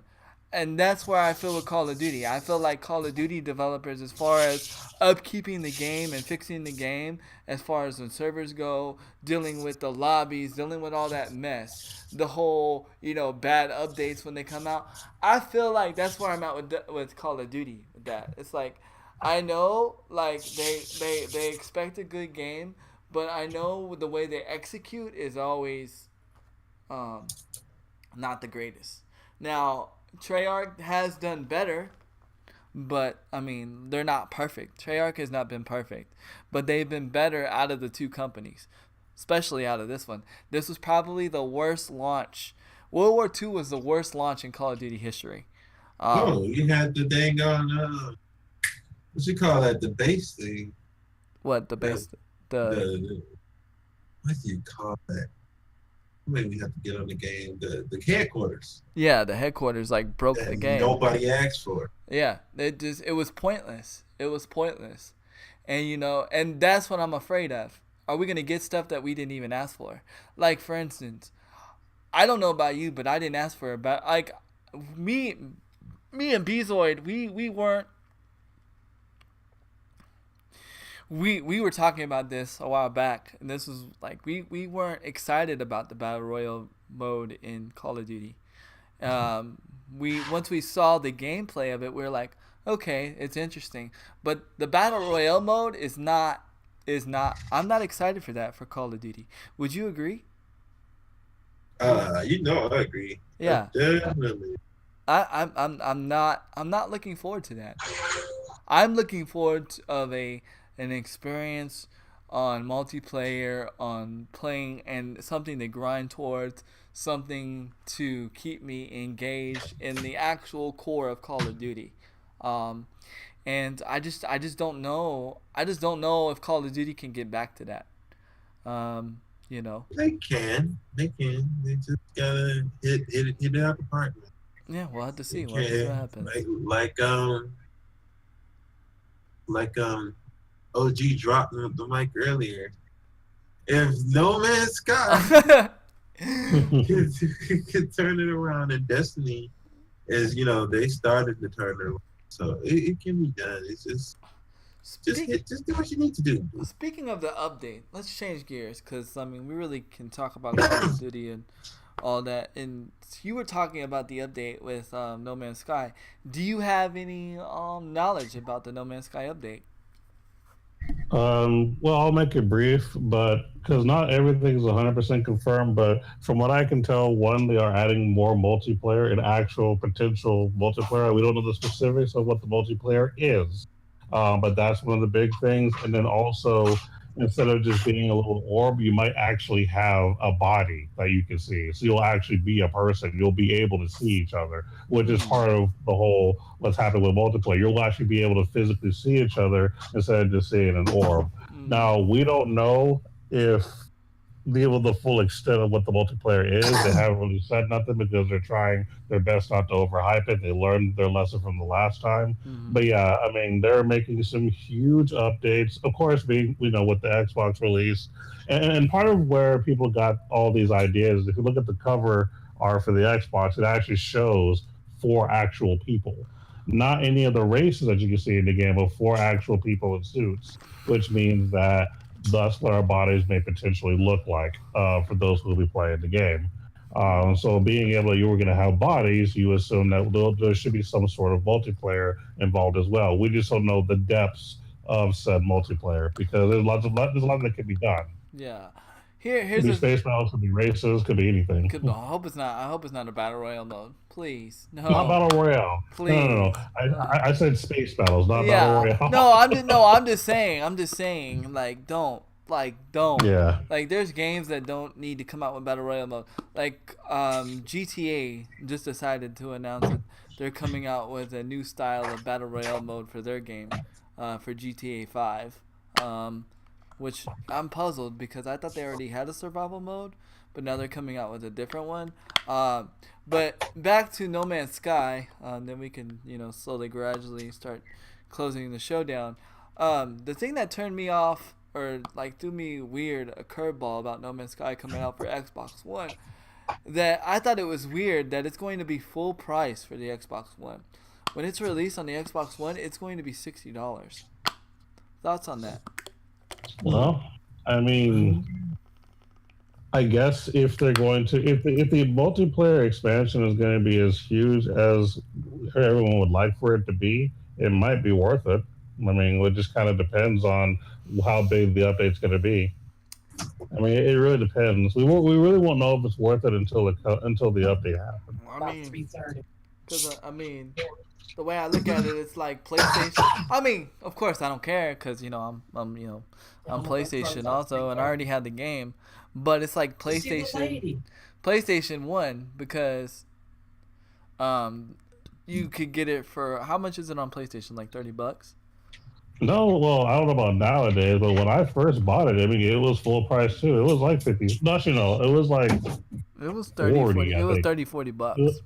Yeah, it was like 30, 40. So yeah, so they did have to pay less for it. That's right. I didn't have to pay $60. So I got it, yeah, so it's like, hey, Xbox, now you get to have it too. But guess what? You're gonna pay more, and PlayStation didn't have to. Honestly, I didn't have to pay nothing. It actually came free on my PlayStation already. But I just thought that to be interesting. I mean, that's gonna have to be a pretty good update. I don't know, Bezo. What are your thoughts, man? My thoughts on it being $60? On it, yeah. I see. Because of what happened, I'm totally worried. Yeah, me too. I'm really worried because one thing about when they do something like this after what happened, after something like that happening, they're trying to make up for lost money. Right. So I'm worried, is this just to make that back? Or is it just because this is the game that they dreamed to make? So I'm reserved for right now. I'm hoping this is because they finally got to get the chance to make the game they really, really want. But that's kind of hard to take to say.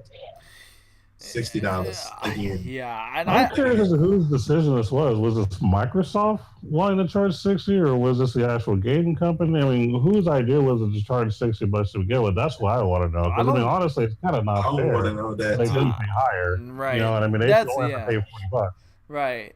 And and I honestly, I don't see, with what happened with Sea of Thieves, I don't see people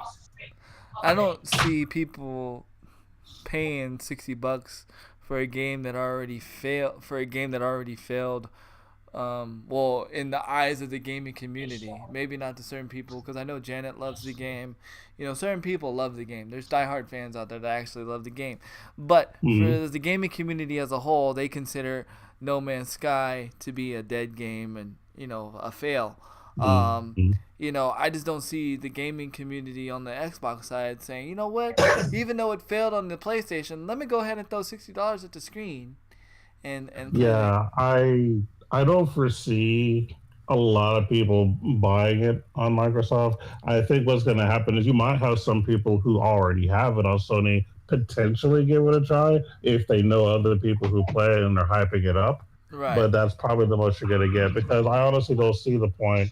I mean, unless someone really wants No Man's Sky but doesn't have a PlayStation, because some people are dedicated to Microsoft. So if you're a big Microsoft fan, then congrats to you. I still don't think it's fair to get to pay $60 instead of $40. Right. But I guess congrats, you finally get to have the game. But the difference between No Man's Sky and Sea of Thieves is that Sea of Thieves is getting crap because it's a crap game, according to a lot of people. Yeah, according to a lot At of least, people. at least with No Man's Sky, despite the only reason that No Man's Sky got the hate that it did was because of hype, not because of the It game. didn't deliver the hypeness. Yeah. Now the game itself, if someone was to actually describe the game without bringing up the hype, they would actually tell you decent things about the game. I mean, even though it's not the kind of game I would play, I still respect it for what it is. But the problem, the difference in No Man's Sky and Sea of Thieves is No Man's Sky is bad because of hype. Sea of Thieves is bad because it's just bad.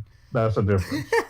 Yeah, and this is and I think this is where if Xbox really, if the Xbox marketing team ever really paid attention to me and whatever, this is what I feel like they should have done, for them to see like a spike in No Man's Sky. They should have made, but this is before Sea of Thieves was released, right?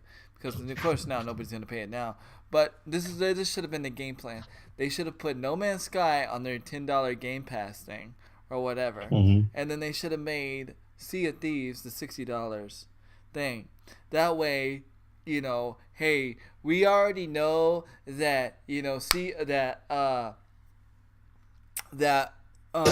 Man's Sky failed on the PlayStation, but we got it here on the Xbox. We really wanted you to give it a try, check it out because it's new, it's different. So here, try it for $10 or try it for the first month free because if you go to the Game Pass, you get it for free for 1 month, Right. or $1 for 1 month. And I think that would have been a smarter choice on Microsoft because it would have made yeah, I know. Listen to what I'm saying, Crew Dog. Rewind, because that's what I said. That's what I was saying. I know it comes with the Xbox Game Pass. That's what I'm saying.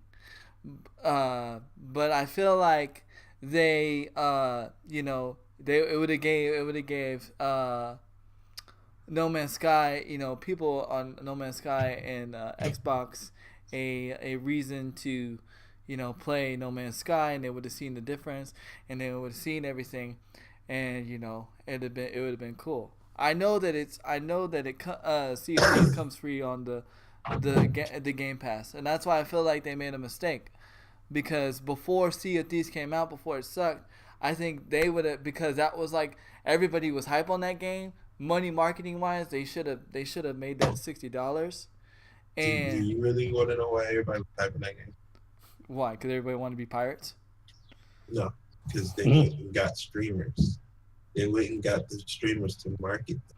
Yeah. And the streamers was coming out. And if you just, sit down for a second and you look at people play, you'd be like, oh, that looks like kind of a cool game. But it has so many flaws. I knew flaws was there before it even came out. And it promotes, like, in my mind, it promotes trolling so bad.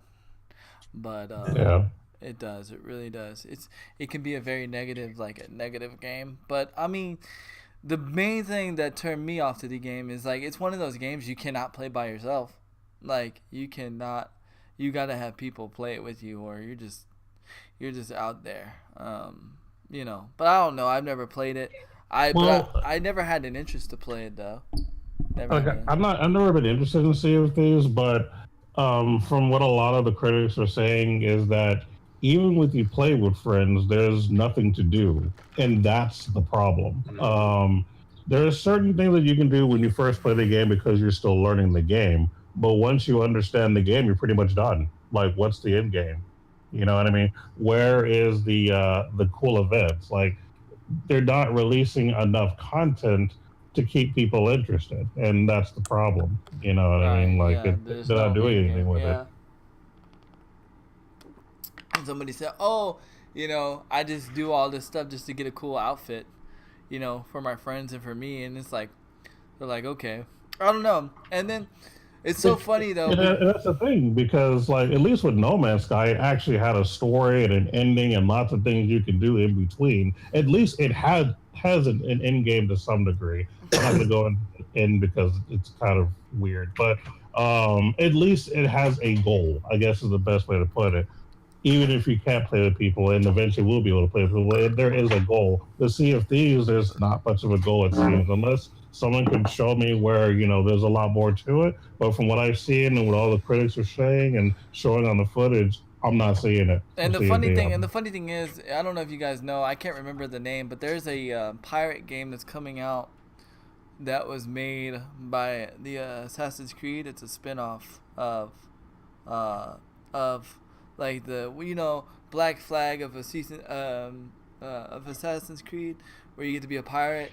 Well, there's actually a game that's just like Sea of Thieves, but it's like supposedly better. But it's coming out like in like the makers that have made Assassin's Creed. I can't think of the name. It's something Bones or something. Something Bones. I can't think of the name, but it's something Bones.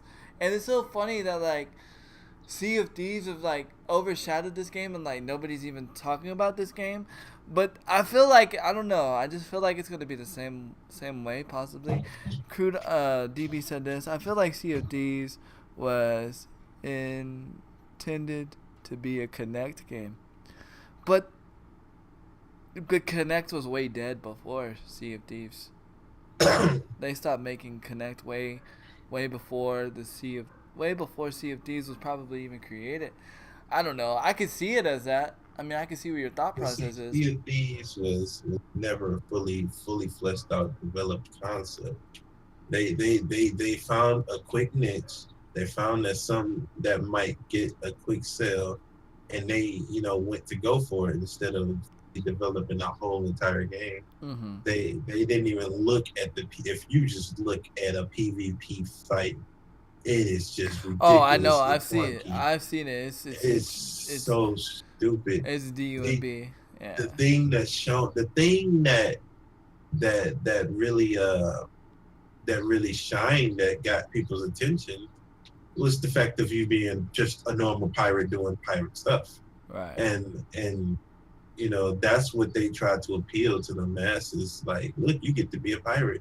Well, there's two things that people will just not have no problem wanting to be, and that's pirate and the dang on samurai. I mean, a ninja. A ninja, yeah. You get to be a pirate and a ninja. We just love to do that. Throw your money at the screen. Let's go. I get to be a pirate. I mean, look at the top selling manga right now. What is it? One Piece pirate. Yeah.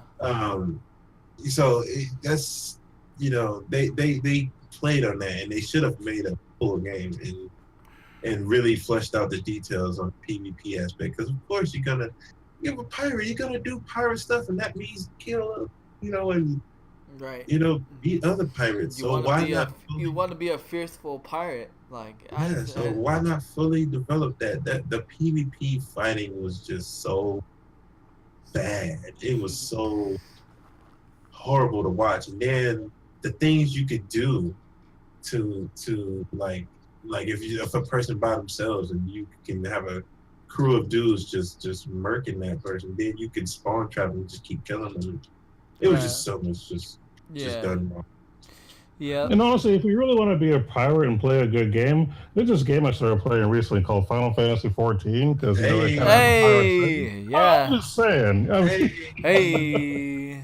You want to have longevity. You actually want stuff to do and be able to game with your friends and actually enjoy what you're doing. I don't know. There's you could pay be free for 30 days and pay $12 a month and play this wonderful Final Fantasy title that lets you kind of be a pirate. Just saying. There you go. DB said. There you go. Handy said the game you were referring to is Skull and Bones. Yes, exactly. That's the name of the game.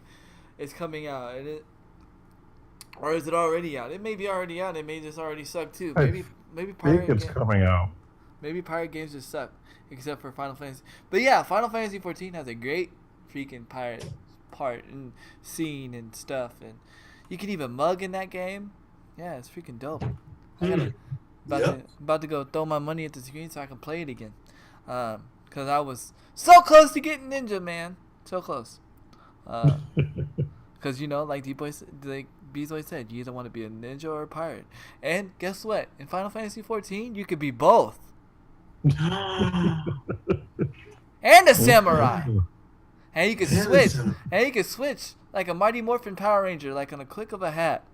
Oh, it's morphing time. It's morphing time. Exactly. So, you know. Just saying. Just saying. You know, you could be the Green Ranger and the White Ranger. You know what I'm saying? and the White Ranger. Those, I don't care what anybody says. Those were like the dopest Power Rangers when we were young. Oh, of course. Of course.